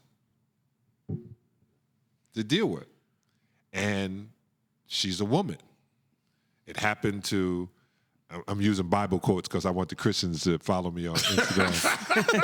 Shut up. What's his name? Not Hercules. What's the boy's name? Got his hair cut. Samson. Yeah. Women are in charge. Men don't, we just sitting there. La, la, la.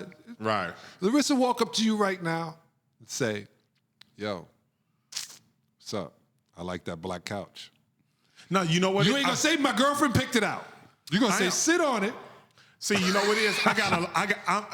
I went to Central Arkansas. I don't know if you knew that. Oh, really? I went to Central Arkansas, obviously after Scotty. So, school spirit, Larissa, take that shit somewhere else, girl. Really? I went to Central Arkansas. So if she came up, AD, Larissa Pipson comes up to you, right, and says, she reaches forward and she grazes them nuts. You gonna be like, Central Arkansas. Central Arkansas. Scotty, I'm with you. Before he answers that, how much does Larissa weigh? Because he ain't doing over 140. That's a show. Anybody over 140. That's a show theory. He don't do over 140, John. I don't do over 140. You're delusional. See what I'm saying? I am not strong. He says it many No one times. says you have to pick up. I know. He thinks it's got to be an Olympic sport in there. You know what it is? This world has changed. The girl, and everyone's going to crucify me for this, but that's fucked up. The girl that's 165, 170, they're trying to convince everybody that girl is, like she's in shape, she's healthy. Hold it. Yeah. Look up something for me. Oh, you ain't got to. What's the girl's name from LSU, the star basketball player? Oh, you talking about the girl that won the one that was talking shit to the white girl. We talked about that once. Right. Forgot her name. Go ahead. Yeah. Right. I'll get it in a second. Only reason I said that is so I don't say it. So you can't cut that. Angel Reese. I know. Yeah. How much she weigh? Okay. You were telling me you would not? John, this would I wouldn't because she's younger than my daughters. In this house, we have a rule. If me and my girl, we're walking through the hall, we bump shoulders. This literally happened. She does not stagger back, the relationship is over with. Angel Reese is 165. Angel Reese is 165. 165? How tall is she? I'm good. 6'1". Yeah. But see, what? No, listen, and we got a foot size Layla requirement. Ali. Anything past Layla 8.5. Ali. Layla is fine. But Serena and I know Williams. Layla. And I know AD's Layla. not doing it. Serena, that's going to be a little tougher. I'm just going to keep giving you well-known names. That's just not for me. That's just not for me. Jill Scott. Huh? Jill Scott? Nah, not for me. What? They're all beautiful women. All of these women are beautiful. I went to a am Jill not- Scott I am not concert with my strong. wife. My wife said I want to leave. She saw I am not strong. literally, I was salivating. Are you kidding me? I'm not strong. You're not a fan of the big booty? No, I'm not that strong. Everybody, see, Erykah Badu. John 6'11". Erykah That Badu. man that's a strong man over Erykah there. Badu. You're 6'4". Erykah Badu's ass is 45 pounds. You wouldn't. He's looking for no one bigger than Ariana Hey, listen, I Grande. told you we got a no stagger rule at the house. I'll be honest. I don't believe him. I don't believe him with the Larsa-Pippen. I don't believe him with. Are you kidding me? I'm not. Nah. I'm not. I'm If telling you. nobody's around, Listen, if they would have, if they you went down, don't drink or smoke though, right? No, I don't. See, discipline. Yeah, I'm Yeah, disciplined. he don't drink or smoke. Listen, He can cut shit if down. we came through, if we just saw my whole list, my history, I'm gonna give you some magic mushrooms and some water. Hey, if you can get AD to take mushrooms with us, man, let's go to Hey, the I desert. have- AD ain't what never car did am I no in? shit. Oh. I don't do drugs. He ain't never did nothing. There are drugs. no drugs. Those are mushrooms. Exactly, mushrooms not a drug. So He a was telling him. drug is made in a lab. Anything made growing from the ground is not a drug. It's a plant. It's not. So I don't know anything about mushroom. Is it altered in any way? No. That's how they're made. See, Matter he of don't fact, believe that. They my don't believe me. mushrooms are made in Hawaii and grown near the ocean, so they have more ions than other. So not only is it Damn, good where'd for you you to get those open your brain, hey man, Where you get to tap on those things? I got them shit that probably grew in the fucking you guys- backyard in somebody's literally shit. with some horse shit on it. Mine not. God damn, let me get them Hawaiian ones. What the Hey, fuck? before we even jump the topic, so obviously, do you think that relationship between Michael Jordan's son and Larissa affected? 7 years. You like how I did that? Yeah. 7 years. Did that affect Scotty? Oh, Like, it has to. That's wild to me. This is the deal.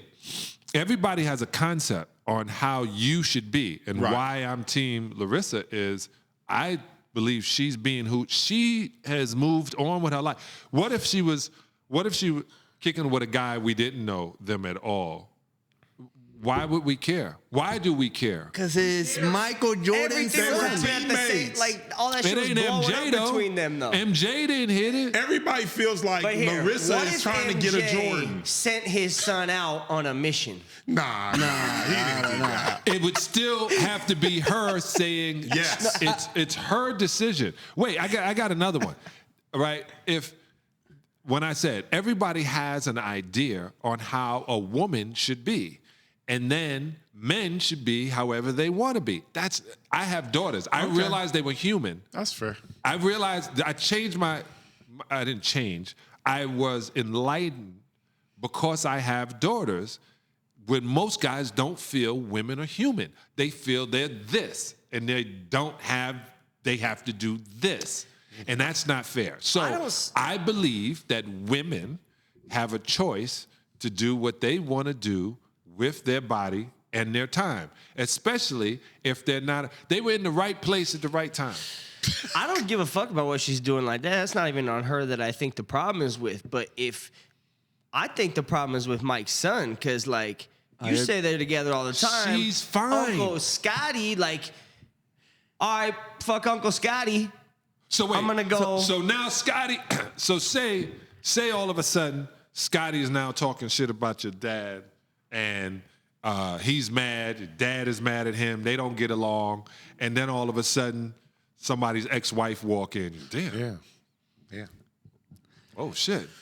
Y'all are be not like, "Dad, I being got you." realistic. This is what I say about it, and you're 100% right about women are the one that decide when Don't need. sex happens, the first couple of times, but I feel like it's in the man's power if he wants a relationship or not.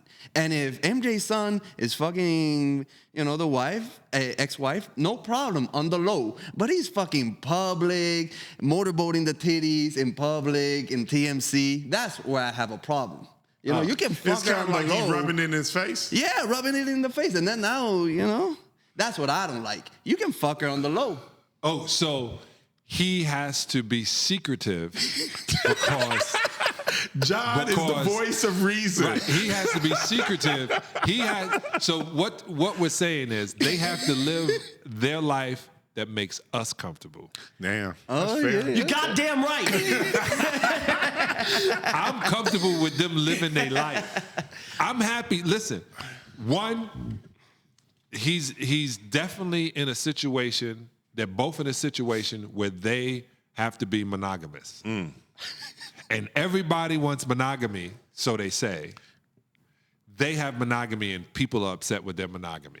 Do you believe in monogamy? I can't spell it. So John, so this is the thing about you that's out there, and I'm sure you already heard. No. That do you have? They always talk about, John has an open relationship. Is that real or not real? Because, the reason why I'm asking you, because I'm trying to convince my wife someday of this thing. So I don't know if it's real for you or not real, but I would love to know how it works if it is so. How do you, you got like he's married. He wants to know like too. a playbook on how you lay that out? Did the NBA career help? Or like, I'm not the legend you are, but I don't know. So I can tell you, this show is, this is the best part about my life. I have the best one. I told my wife I was crazy when she met me. Okay. And she thought that I was, like all people say, you were crazy. And then I've laid that foundation. when when she was younger, because she was like 22 when I met her, 23 when I married her. And I was been in the lead for 7 to 8 years. And she was coming into my lifestyle. I wasn't going into her lifestyle. So when I was like, I'm going to do this because I have to get these certain life experiences, she was like, okay, just don't love them. But if you're going to hit something, if you're going to do it, this is why my wife is so cool. When she was younger, she was like, if all men are going to do this and you're going to do this, boom. Just don't keep it out of my sight. This is the first thing she said. Then when she was like, hey, this is the same bitch. What are you doing? Then she was like, chill. Then when she had my daughter, she totally changed. She then wanted monogamy. We went to marriage counseling. And I went to, she said, I want to go to marriage counseling. All right, see you. She said, no, you got to go too. I was like, bitch, you said you were. Why I got to go? And I got to pay this bitch to tell me some shit about my relationship. I was pissed. Hell yeah. And then when I was in the relationship, she was wanting me, I realized she thought I was going to grow out of it, which eventually I did. Oh, okay. Right? To the point where, 1, you got to be vegan. 2, I got to know how you clean. 3, you got to floss. 4, I put up so many road barriers, and then you can't be younger than my daughters, which messes everything up because one of my daughters older, is in the thing. Yeah. Each year they gain, you're like, shit. And then lost another year. The one time, I got caught in this really crazy situation with this broad, and I was embarrassed. I had to apologize on the radio, apologize to the girl, apologize to my wife. And my wife was like, why you apologize to her? I was like, what? She was like, would you apologize to her? I'm pissed that you even said something nice to that bitch. So I was like, okay. So it wasn't that I was in an open relationship. I was a piece of shit. Oh. And I'm not a piece of shit. I was uncaring of anybody else's emotion. I was only caring about what made me happy. But then I had to realize that wasn't that it was really making me happy. It was just that I was able to do shit and wild out and get shit done. Hey man, who's that fucking therapist? Because apparently that sounded like something she you ruined this for me. I just want to let you know you ruined it for me. Shout out to that therapist. This is the That thing, shit AD. worked. It goes both ways. If you want an open relationship, they can do their own thing too. Right, which I Oh, was. see, I didn't know that was part of the plan. I had no idea. That's not the how open that works. relationship that That's me and AD are terrible. looking for. Then don't ask for This it. is the deal. When I was in there, each session was $250. Okay, so this is the other part. This is 2001. Okay. In this crazy ass meeting. Yeah. And by the third one, I realized I was $750. $750 for me to a person I've never met before, nor do I care what they think about me, right? So by that time, I said that. I said, I told her from the beginning, boom, boom, boom, boom, boom. When I was in the NBA, she goes, you were in NBA? Yeah. She goes, you didn't know? She goes, is he going to grow out of it? She goes, you're the problem in the relationship. You want to change him when he told you who he was, right? Now, the reason I haven't written a book yet is because of my wife, is because I don't want you motherfuckers to know who I am. No, I don't want people to look at her a certain way. Oh, okay. You understand? Because this is my friend who realized I'm going through a life experience, right? I'm moving. And then I had this conversation. I said, should I say that part? Definitely. No. Yeah, I'm going to say it. This is fucked up. I'm going to say it. No. We don't want her You don't to be have mad. to. No. I'm going to say this part. Okay. I was studying, because I'm constantly in studying and trying to better myself, right? Just because I love my life. And I was in this course, and the course said, if you're a liar, you're a coward. And it says that. you're a coward because, one, the person you're talking to, you don't believe they can handle the truth, first. Two, you are afraid of the truth, and your ego is in charge of how you look. So I sat my wife down and had a 3 hour. I said, I just want to talk to you. I must have talked to her vomiting 3 hours. About your indiscretions? About like everything from when I met her, what I didn't like, This what is I a liked, terrible what I did, strategy. what I didn't do. You thought I was here, but I was here. You thought Right. I was doing this, but I was doing this. And she said, you finished? I said, yeah. She didn't talk to me for 3 days. And I read it. She said, okay, if you were me, what would you do? I said, if I were you, I would leave me. She said, no, you still making money. You still putting it down. And you're going to tell the truth? Why would I leave that for someone else? Right. So I then made this point clear. If you want to know something, ask me directly, quickly. I'll give you an answer as quick. So if you ask me, I will answer you truthfully and quickly. If you try to beat around the bush and try to catch me some shit, I'm going to Mission Impossible, beat around the bush and not answer that Right. shit. So if she, one time was this girl who I'm friends with, she was like, oh, she goes, you hit that? I said, no. It was That true. was it. I was the end of it. Okay. You hit that? Yeah, I used to. When? We've been married 30 years. I just met her. I met her here and boom, boom, boom, and how I met her, boom, boom, boom, I hit it. And then I realized, which I do a lot, used to, if I don't like some shit and you do some shit and then you do something else, I'm out. I'm not, we can be friends. I'm 2 not fucking strikes. you no more. That's it. If you lie to me for no reason, I have to realize you don't think I'm intelligent enough to handle the truth. Then you think I care. I really don't. I don't care. I don't care what anybody else does.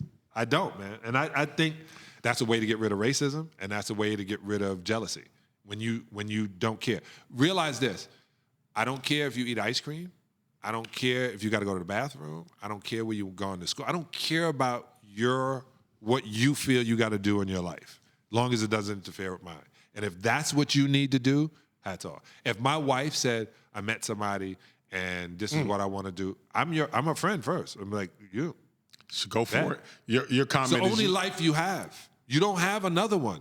And to sit there and worry and not to live your life, you now are going to be living with resentment against me, which is way worse. Because one day you might have to wipe my ass.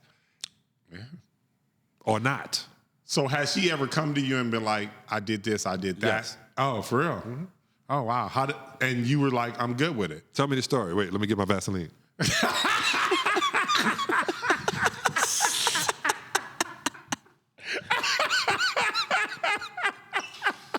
Yeah, my wife and I have had an unbelievable life together. And my boy Will Smith said one time, he said it to Jada, he goes, we are walking our separate lives together. And that's the deal with me. Clearly. Whatever. Yeah, I believe. I mean, clearly. Well, let me tell you, I love Will Smith. Did you talk to him after the slap? Yeah, I love Will Smith, and one of the reasons I'm even at this thought process that I'm at is because of his teachings and his learnings and his helping you on with it. Dog, you know how hard I was so happy I had daughters. My wife wanted boys. I was like, I remember when I got hair on my penis after everybody else. I remember my voice changing. I remember I can smell what a girl shampoo she's using. And I remember when those hormones were so amazing that my brain would want to explode. And it was so hard growing up like that as a boy. You don't realize it. And then I had daughters and I realized they go through the same shit, but different, but the same shit. So everybody was like, you let your boyfriend come over? Yeah. You don't, no, I'm not going to sit there and act like a bulldog and what? No, she's a human. She's living all the life experience, bro. I know it sounds bullshit. I don't. And when I remember I broke up with this girl, I'm not going to say her name, Sherry, because I never mentioned her name. And she was dating this dude inside of Herbie Hancock's band. And my heart was so broke, man. It was my high school girl, and I'm thinking college girl, and I'm thinking that, you know what? She had time today, cuz. She had time. She had a spark. That was their chart. You're going to get to a point that you either can keep going or you can't, and then you got to do something else. Right. Right? They call it trauma. I call it life. So going back real quick with the Will Smith, so the whole slap situation, you think it had nothing to do with Jada messing around with a boy the age of his son? No, they were at the Oscars. I don't think, no. Like an accumulation of things is building up and then... No, Will don't play about Jada. Period. Whatever we all say, Will don't play about Jada. If that's what Jada wanted to do in their life experience, walking together but being separate, and then they got on their show like this and had the conversation so people can see how to have that conversation and still be in a union. People looked at it the wrong way. He had a conversation with his wife for us because they knew it was a great time for us to learn how to look at things differently. And I think it opened not just up the eyes saying whatever, it made you figure out your inefficiencies and your lack and your lack of abundance or your feeling of lack. So, you know, he always protected Jada. And at that time, he felt that's what he needed to do. I bet you hindsight is 20/20, but, you know, he was free.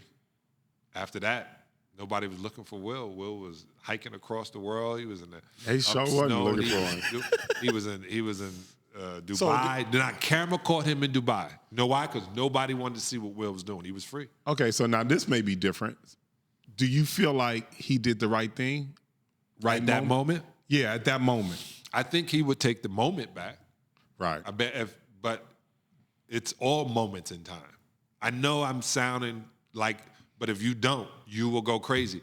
I bet you if he had a chance to you know, I shouldn't have gone up on stage. I should have punched his ass in the back when nobody was seeing him. The joke wasn't even that serious, John. You're a comedian. The joke wasn't even that intense. That joke was light. I bet you at that time, that shit was light. Whatever was guiding, he was fighting because he didn't follow through. He smacked and leaned back. Whatever was happening that night just wasn't right. Total. I bet if he could take it back, he would, but he can't, so we got to move forward with it because that's what happens in life, you know. You got to keep going, keep moving. And like Kanye, you think Kanye wanted to take back George Bush? You think he wants to take that back? Yeah, he didn't want to. I bet if would he had said it different? He probably would have said, I don't think George is doing enough for black folks. Maybe he wouldn't have used the word racist. Right. You think he would have took that back? I think he would have said it different. I think he would have doubled down. No. I think he would have went again. I think he would have said, literally, George Bush does not care about black people. I don't think he would have said, George Bush is a racist. I don't think he would have threw all of that in. Right. I think he would have said he's not caring about people. And I think he would have interrupted Taylor Swift. But all of these things, as Kanye said, everything I'm not makes me everything I am. So this is just my idea of life, man. And if somebody said, so if your wife was like you guys, if your wife was doing, hey, man, happens every day, fam. Happens every day. It's happening now. Yo, like my man said, yo, niggas get smacked every day, son. You know, but I just think, one, it was unfortunate for both of them. It was unfortunate for Chris, but I think Chris handled it unbelievably. Didn't he, though? What other way were you going to handle it? Were they going to start scrapping? That would have been awful. Yeah, Right, if they would've started- that's That would worse. have been, That's that would worse. have been awful. That's But worse. for him to have that restraint was amazing. And then to continue on reading the thing, Do going. the show and keep it going. Throw a couple more jokes in there. Questlove got up there and was like, y'all took my moment. Get up here. What do you think about the stand-up, Kristen? I think it was great Chris Rock stand-up. I think he felt he had to do what he did and say what he said. And I think for people who needed him to say that, and for himself, I think he did a good job for saying it, what he felt. I think it was great. I think because everybody else is on the couch watching. So I think as a performer, entertainer, comedian, he had to let you see what that was feeling like. I just think so. That's for real. Shit. Well, going from Will Smith, what was it being on the set of Bad Boys? Oh, we just did Bad Boys 4 too. Yeah. Yeah, man, we just finished Bad Boys 4. It's Anything dope. you want to share about your Bad Boy? Yeah, they were smart and they put me back in the movie. Fan favorite. And, you know, I was Everybody love that character, though, I was John. bothering Will like a motherfucker about that too. I was like, come on, man. You know, he said, hey, and you know, people would say what they want about 3. 3 was the highest grossing Bad Boys of all time. The 2 directors were unbelievable. So they're back directing, and I got to sit at the table read, and I got to add to it what I was going to do, and I think this is probably the best Bad Boys we've done. Okay. I'm telling you. Did Martin get in shape for this movie? Martin. This is why I'm telling you. Martin is back. Thank you, man. Thank you. Like people, when somebody said that, I said, "What do you mean?" And he's gonna, when he sees this, he's gonna be like, "What do you mean I'm back?" Because you know, when you're in something, you don't realize it, right? Right. Martin is Good. on fire. Good. I'm telling you. I saw this interview with him recently. I can't remember where it was, but that shit was so good. Yeah, he's on fire. And I'm telling you, I noticed it because how I got in the first Bad Boys is I pissed him off, and then when Michael Bay put me in the movie, he used that pissed off energy in Bad Boys 1. That was real. When he was poking me in my head, he was mad at some shit. What was he mad at? So I found out they're in town. I go down. I'm playing for the Heat. I go down and I see him, and he's sitting there with his new fiance. Beautiful, beautiful. Pat, fine. Miss Virginia. I mean, she's bad, and she's sitting there, you know, with this beautiful green eyes or whatever color the eyes are. I mean, to the point where like you're Martin and you're talking to Martin like this. Yeah, she's fine. So I get there and he's in this thing and I was like, yeah, man, he's my fiance. And I go, y'all got a prenup? Oh, that's just. Now, that would sound like, damn, Sal, why'd you jump in? I did the same thing to Sinbad. I said, Sinbad, no. He said, oh, man, you're beautiful. Y'all got a prenup? That's what Sinbad said to me. Uh-huh. So I thought that's what friends say. So he got to go up on set. Come here, man. He said, man, don't be saying that, man, in front of my crew, in front of my women. Damn, man, that's some bullshit, man. You don't say that kind of stuff. I go, that's what Sinbad said to me, and I think it's important that you realize one of your friends is saying you need a prenup, right? So Pat says, I don't want your friends thinking I'm after you for the money, so we're going to get a prenup. They get a prenup. Yeah. Martin Right. didn't have to pay when they got divorced what he would have had to pay if he didn't have the prenup. Did he call and Did he thank give you a bonus? Not only, wait. I'm going to tell this is you. the I'm best going to tell part. you that part, and then I'm going to go back to on the set. Okay. No, let me start on the set. So he's bitching at me as we're going up the elevator, and he's pissed. Sal, I'm serious, man. You overstepped. I said, yo, sorry. We're going in. We're walking in. We're doing the scene where he's running out with the girl and the dog, and this guy is screaming on set. Going. I said, who's that? He said, man, young director, first-time director. I'm listening. Yeah. Then I said, yo, man, who's that over there yelling? He busts through, and it's Michael Bay. A year earlier, he shot my Nike commercial. So I was like, what's up? He was like, oh, what's up? What are you doing here? Martin was like, yes, my friend. He was like, oh, he's funny. We got to put him in a movie. Martin says, you're the director. He said, you SAG? I said, yeah, I SAG. I don't know what SAG was. I was SAG too, but I didn't pay my dues, so I was behind. He's like, oh, I got to put you in a movie. I got a spot for you. So they put me in a movie, and he was making up shit as we were walking to set. None of that is written. That's making awesome. all of that up, and he's like, I'm going to do this, and I'm going to shoot you like this, and I'm going to do... He's doing all of that. Now, Flash 2. Martin's still pissed when we're doing the scene. He's poking me in my head. He's telling me he'll knock my ass out and shit. I don't want to curse because my mom and my dad going to see it, but they ain't going to see it because the whole movie's full of curses, but I ain't going to curse is what I'm Right. thinking. Great scene. I get back to doing Bad Boys 2. He's like, you got to bring that energy that you brought. You know, you got to be the one that don't like him. You got to be the one that like him. Good cop, bad cop. I move out to L.A., and I move in a house in this beautiful neighborhood in Beverly Hills, and Martin is 5 doors up. But, you know, Martin is Martin now. Martin is huge. So there's a knock on my door, and I go to the door, and this big dude, he said, yo, Martin want to talk to you. I said, all right. I'm looking for Martin. He goes, we got the car. I'm 5 doors. I'm like, oh, they drive me around. I get there and shit. I'm walking through the house. He's nice. Yeah, they building my house. I'm staying in this one, all that stuff. You go good? Yeah, talking and all that. He goes, yeah, I was really mad at you. I said, yeah, I know. You want some licorice? No, I don't want no licorice, motherfucker. I just want to say thank you. Because you saved me Millions of dollars. I was pissed. But if I look back at it, if you didn't do that, she wouldn't have asked for it and told me he didn't want it and I would have been out of a lot of money. John, if you see me out there, definitely raise that question for me. Oh, definitely. Well, let me tell you what I think about marriage. Because I've been doing it for 30 years. It's ups and downs. Right. Just like the person. You're going to fall in and out of love. So you got to stay with them when you don't like them no more? No, Nah, when you no, like when them. you don't gotta love like them.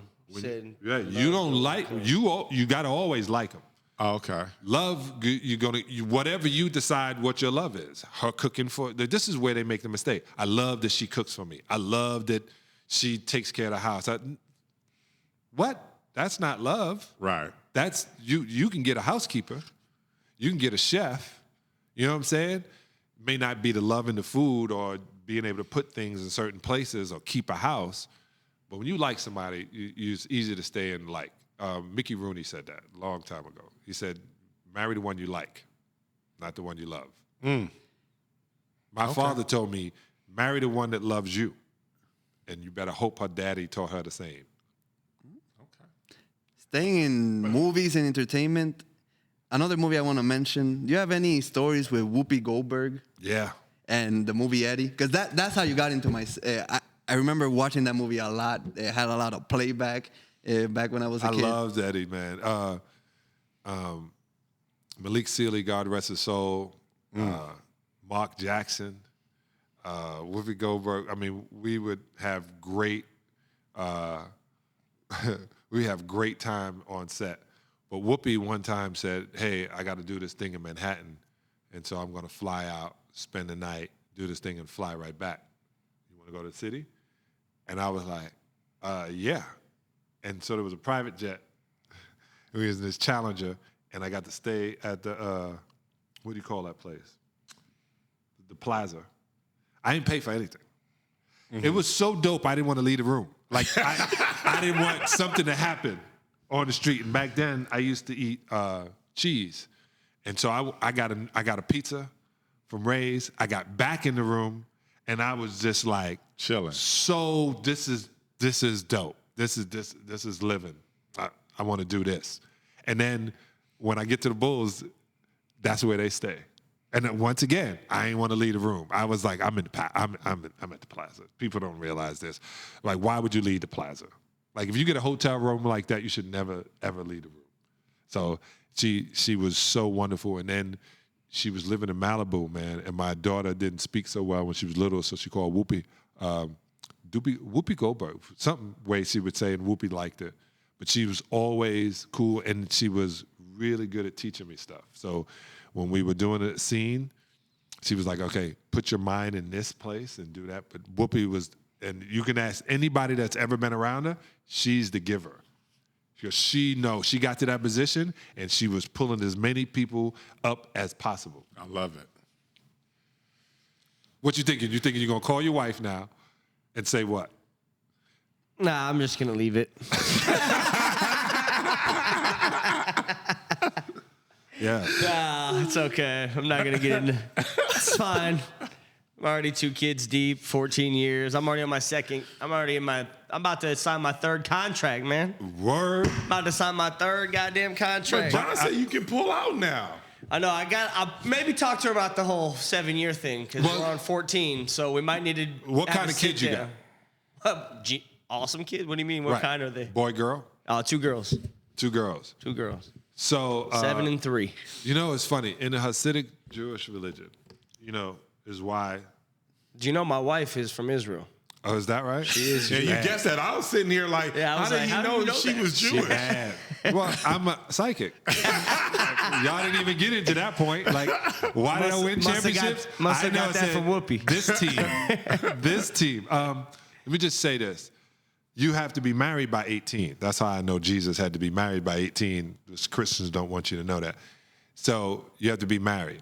And it's important to your kids that when you're viewing families, if the kids come from a family of a divorce, it reflects poorly on your children to their future partner. Goddamn kids. Damn kids. Fuck created this divorce. That's how they see him. No, but you gotta get them to. You gotta invent something. Now hers was more like she was here and needed to stay here, so we got married, and then we just Green card. stayed married and had some he kids. a green card marriage. She fine as hell though. She's a lovely woman. She's not fine. Yeah, she's fine. Oh, because you been to Israel? No, I haven't been to Israel. You'll be in synagogue tomorrow if you've been to Israel. you tell 'em. It is unbelievable. I try to tell him Israel's a dope place. I love I heard Israel. it's fun. Yeah, Tel Aviv. Yeah, I heard it's fun. I was but- going to play in Tel Aviv, and I picked. Let me tell you, this is why I don't do things for money anymore. I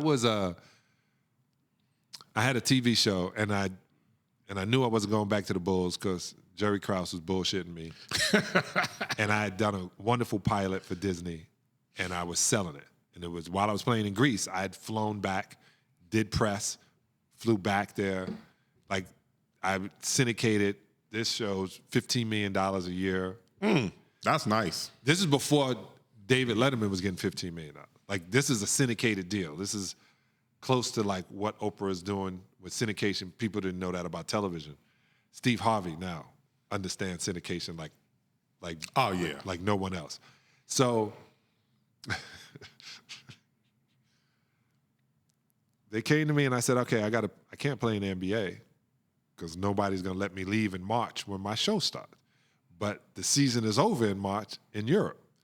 So we got a team in Champagne, France. We got a team in Italy. We got a team in Greece, a team in Tel Aviv.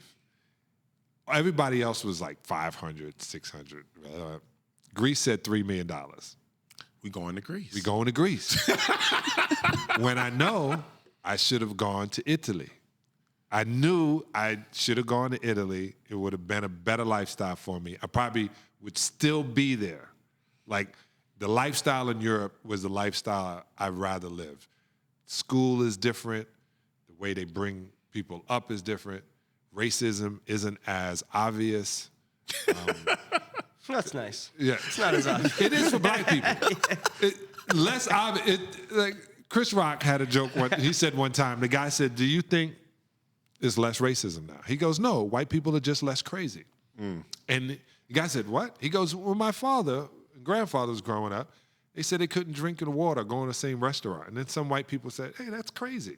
Let's change that." They're in charge. So they're going to change it. So it was less racism when I was in Europe. Not going to say it wasn't there. When I was in Germany, I was in Cologne, it was like, oh, you want to go to the club? Well, there's an R&B club for black people over here. And I was like, what? Now, I'm not understanding what they mean. But then when you come to America, we got black clubs. And I didn't say it until I realized that's what they were saying. Oh, there's a club where mostly black people go. They're Caribbean, and this is where they go if you want to go. I could have gone to the ones where there was a whole bunch of white folks, but if you want to go and be more comfortable around your own, go here. Right. It was less racist, I felt. That's my thought about being in Europe. That's all.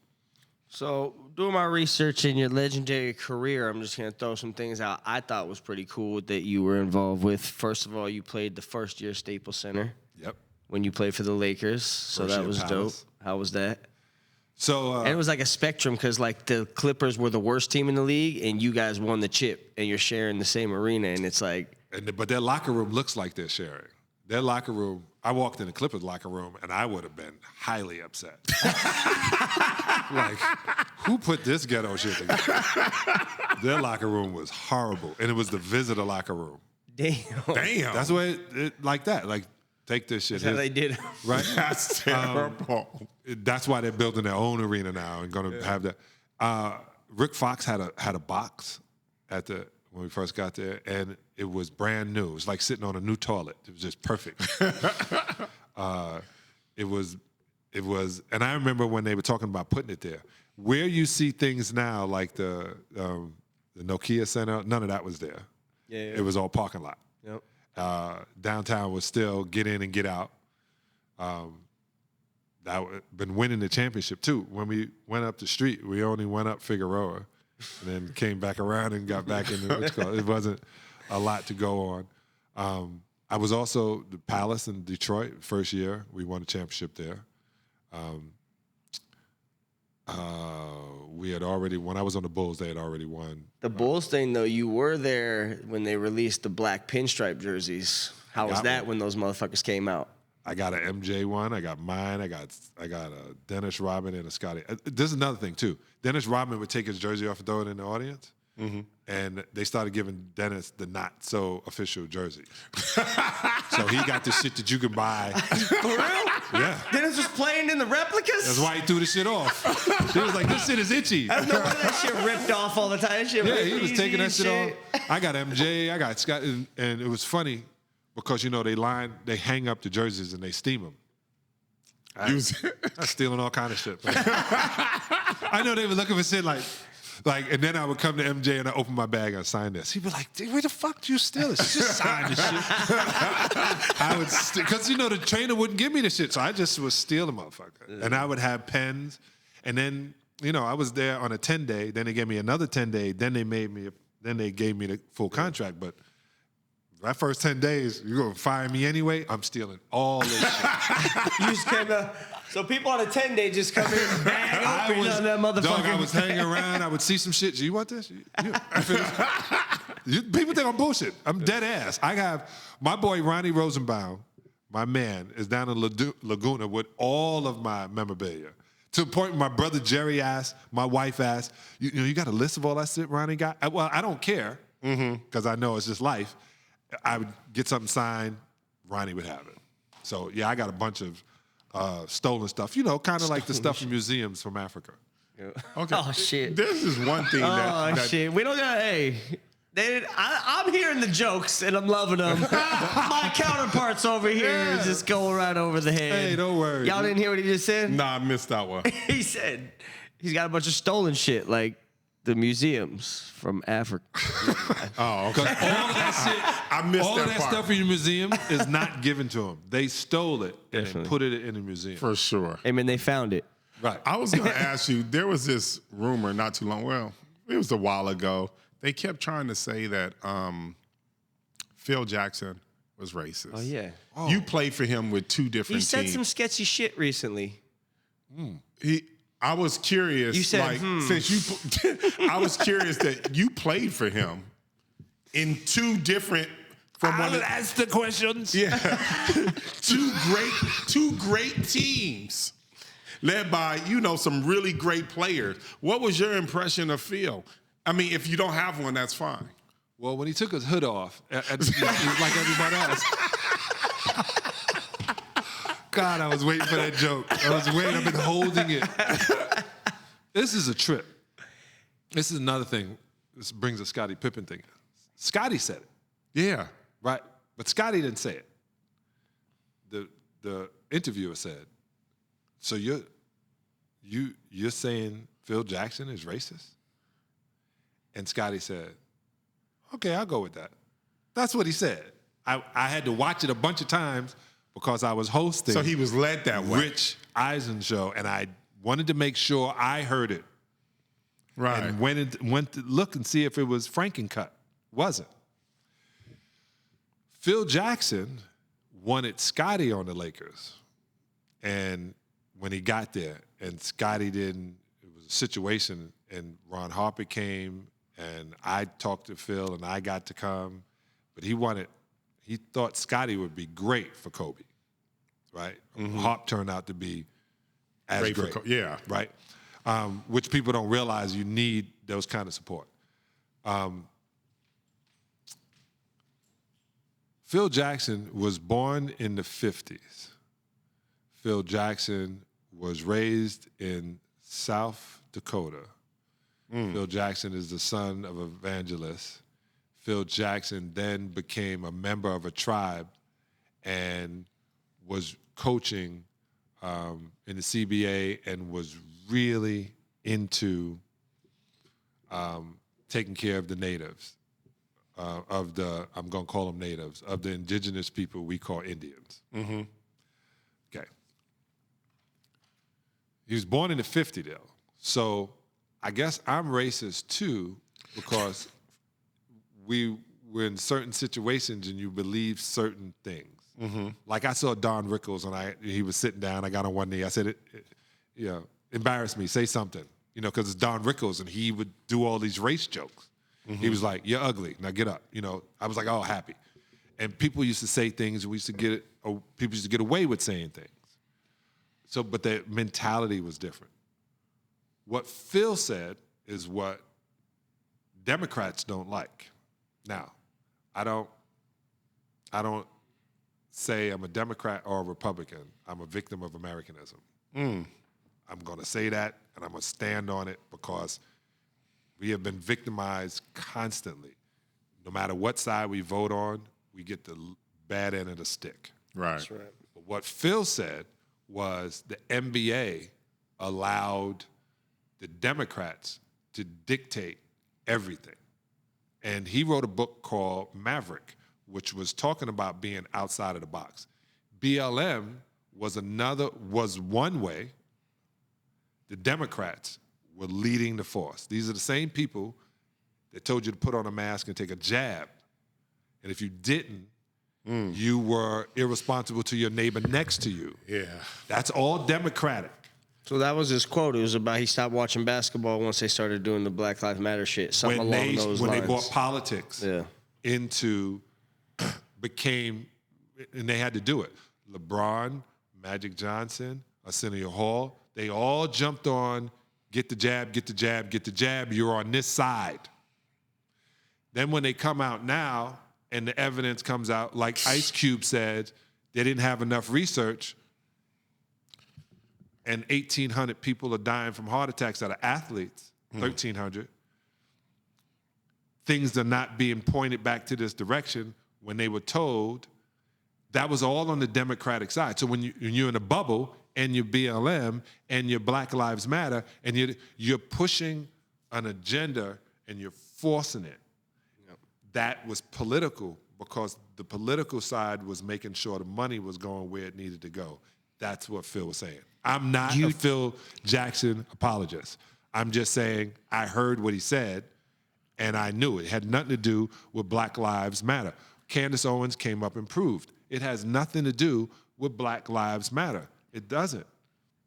It just doesn't. Dude, I'm a part of Invest Fest in Atlanta. And we are still having to talk about how to do financial literacy and how we still, only 3% of all mortgages in America are black. Are you fucking kidding me? That's wild. Out of the whole America, only 3% of black people own their house. And we're talking about Black Lives Matter? Damn. Where? 3%? You think any of it's going to change? You think LeBron's going to come out and talk about the shot now that his son had a motherfucking heart attack? No, because he was advocating for the shot, no? Well, I had a hard situation too, and I didn't get the shot when I played. So unless they straight out come out and say it's the aluminum foil we put in that connects to your DNA, and when you heat up aluminum foil inside of a microwave, it blows up, he's not going to say it. The thing that I hated. You see how I help? These motherfuckers just go, you drop these jewels out here, and these motherfuckers just go right on to the next goddamn topic. I have an agenda. God damn it. We got to pick the jewels up. I'm like Rakim. I'm just dropping the jewels. You'll figure them out in 40 years. LeBron wasn't a big advocate of the vaccine, though. Yes, he was. He was? Everybody was. But he wasn't like really like pushing it. Like you need to get like. LeBron? I remember him saying like. He's on the Democratic side.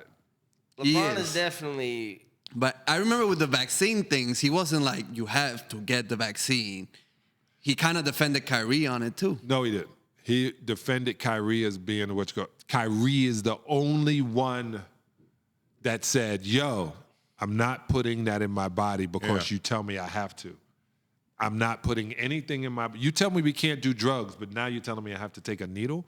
Now I don't want to put that in my body. If you're telling me I shouldn't be allowed to put marijuana in my body, cocaine, amphetamines, because you care about me, then care about me. I care about me, and if I don't feel I want to get another vaccine that I was forced to get when I was a baby, when I was growing up, you can tell the age, right? You have this point right here from the vaccine. Since then, they have quadrupled the amount of drugs they're allowed to put into a child, and the kid can't say anything or he can't go to school. Right. That right there. At least not public school. Yeah. Why can't he go to school? Can't go to public because the other kids got the vaccine. Okay.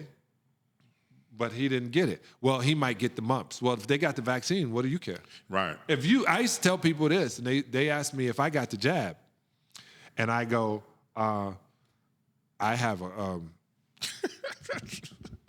I have a right to also tell you if I got it, who I voted for, or I don't.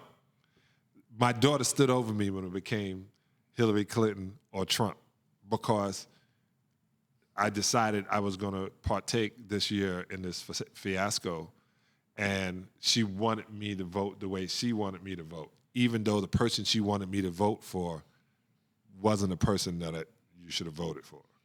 And I said, this is not fair. She said, then don't vote. Pick this person or don't vote for that. And I was like, that's not fair. That's not American. At least. The thing that I hate now about the jab itself is that now if you got COVID and you recovered for COVID, they consider that a vaccination. And and which it should have been the whole entire time.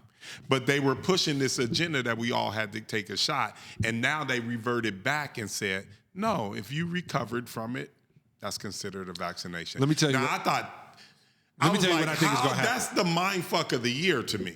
Yeah, let me tell you what I think is going to happen. So, like most black people, I get all my news from TikTok. And there was a guy saying, look at all these pads. All these pads have all your information. They know everything about you. They've got your DNA. They're talking about. And then I said to somebody, damn, they came out with the bridesmaid Handmaid's Tale. Handmaid's Tale, right? And so if that happens, if they have all your DNA, if they all of a sudden start putting cameras up like everywhere, like in China, if all of a sudden we have one digital currency, if everybody drives a smart car, they control you. Absolutely. Right? And if you bitch about it, they can uncontrol you. And enough people that come up missing, that's an old way, come up missing. More people that start disappearing and people start falling in line and they kill off those who are the rebellion, Star Wars, eventually the Force will be gone. And then what you gonna do? Man, we shouldn't have given in and done this and done that. I knew everything changed after September 11th when I had to get to the airport 2 hours early. That was the worst. It was really bad for September 11th. Let me start there. But the worst is what happened to the airlines. Man, you used to be able to get there. You should wait for somebody getting off the plane. Right. All that.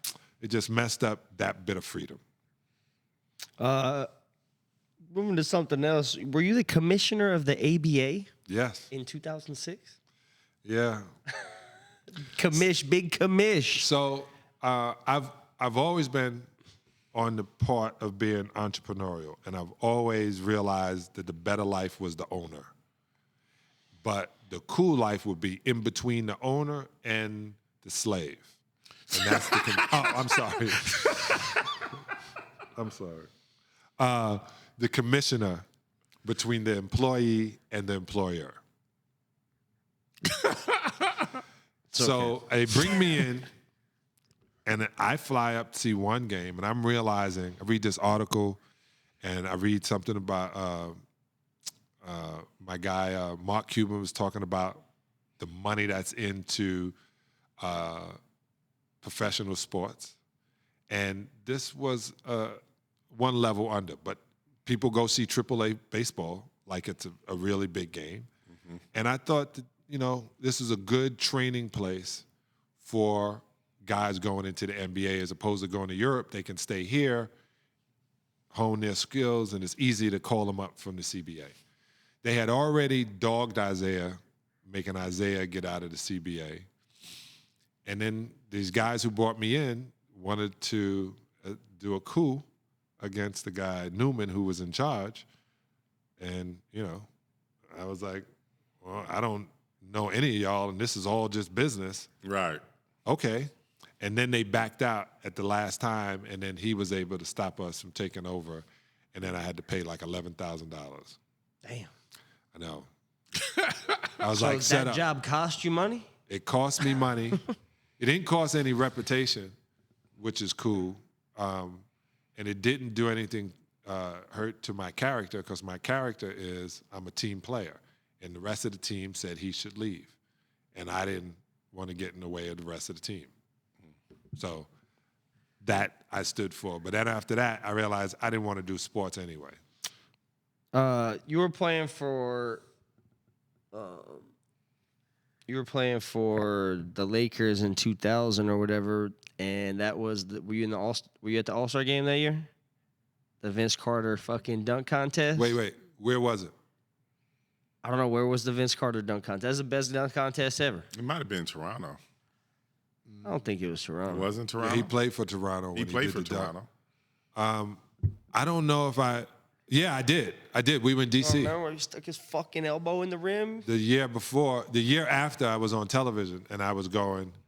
But the reason I didn't like going I like going to the All-Star games, but then I got, my wife liked going, and she was part of the behind the bench shit.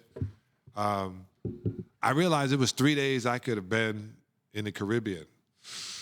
So I was like, I'm going to the Caribbean.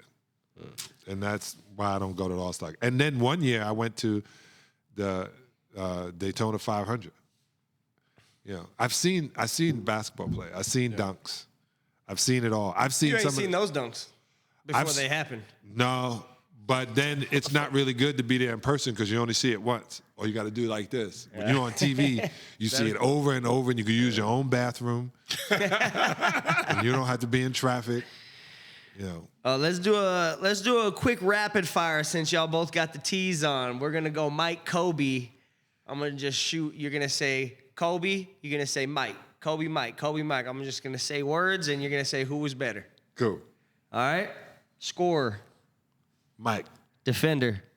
Mike. Leader. Mike. Mindset. Mike. Teammate. Kobe. Friend. Kobe. Shoes. Mike. Style. Neither. They don't have style. Neither? Both? Kobe, after Kobe got married, his wife made him stylish. Level of fame when you traveled. Oh my God. There's nothing like Michael Jordan. Nothing like Mike. And the myth surrounding each legend. Mike. Let me tell you this. So we're going to play the Knicks. We're in the playoffs. It's part of the reason I get on the squad because Phil wants me in the playoffs against Miami, against New York. He's making sure you play well against Patrick. You play well against Lonzo. We're going to need more bodies. You know, he's filling up the squad. Also, he had 15 guys on the squad when everybody else had 12.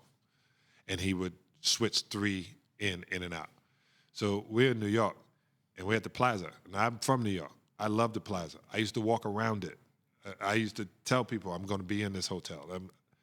We pull in the side street. I don't even remember the side street.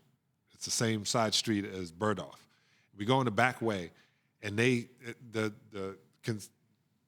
greeting room had shit in it that I would have just stayed there and eaten. I get up to my room, and my room is like off the chain. There's 4 suites because Phil has to have a suite too. So it's Dennis, Scotty, Phil, Michael. They get all 4 suites.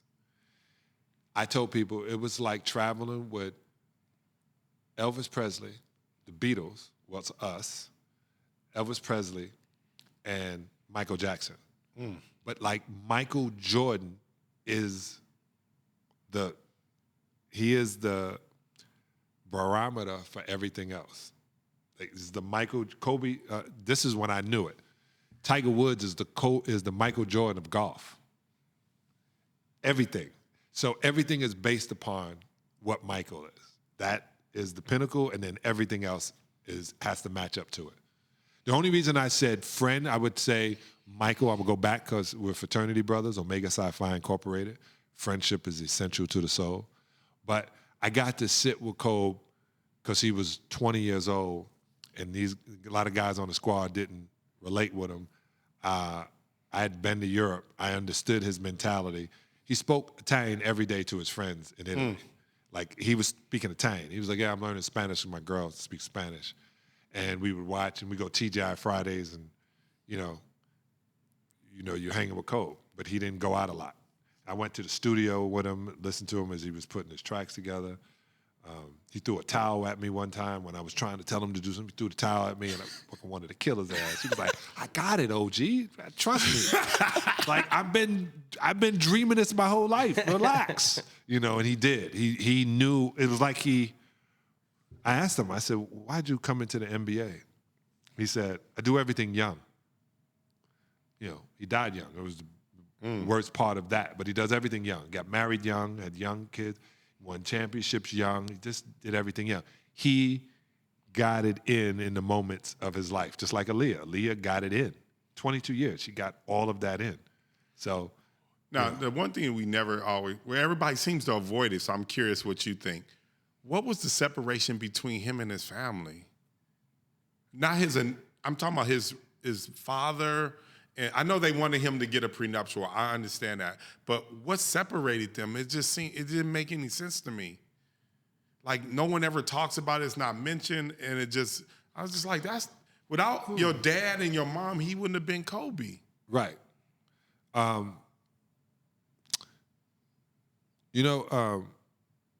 If you have kids, this is the trip. My father told me this. It gets to a point where the boy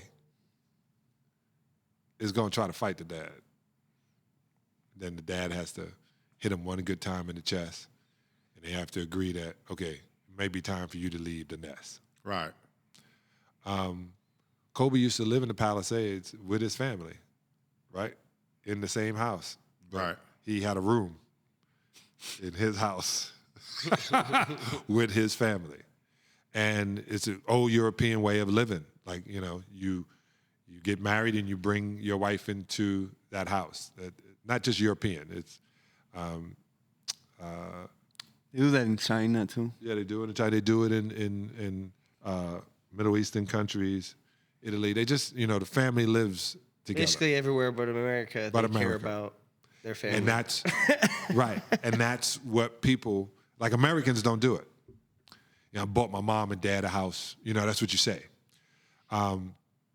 Kobe, at a point, like he was really tight with his sisters. Yeah, I knew that. Right. I know that. Yeah. But it became a point where he decided at 20 that this was going to be his bride. And he was just turning 21 in 2000. And she was, you know, just turning 12. So it just... No, she just turned 18, and you know, her mom had one way of being, and Kobe had one way of being. Do you know they just talked about Vanessa's mom's sued her? No. Yeah, or something. I tell this to my daughter who moved to Brooklyn. I get it. I didn't want her to go, but I get it. You gotta separate from your parents when you're starting your own family. It's still family, but you got to have your own. You're developing your own tribe. You know. All right, man. Well, it's been great to have you on the show. Thanks for coming, man. I feel like you could come back and do another 2-3 hours, man. That was easy. So you telling me I got to leave? That's fucked up. Yo, thank you. And make sure you look out for everything John Salley. That's the only way I say it. That's right. Everything John Salley. Everything.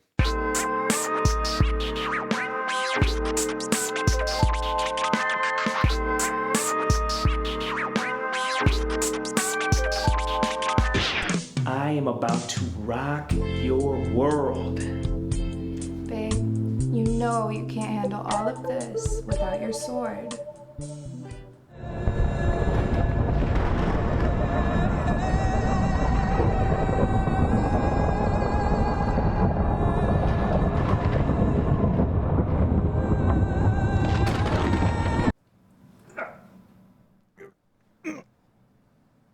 I swear this never happens.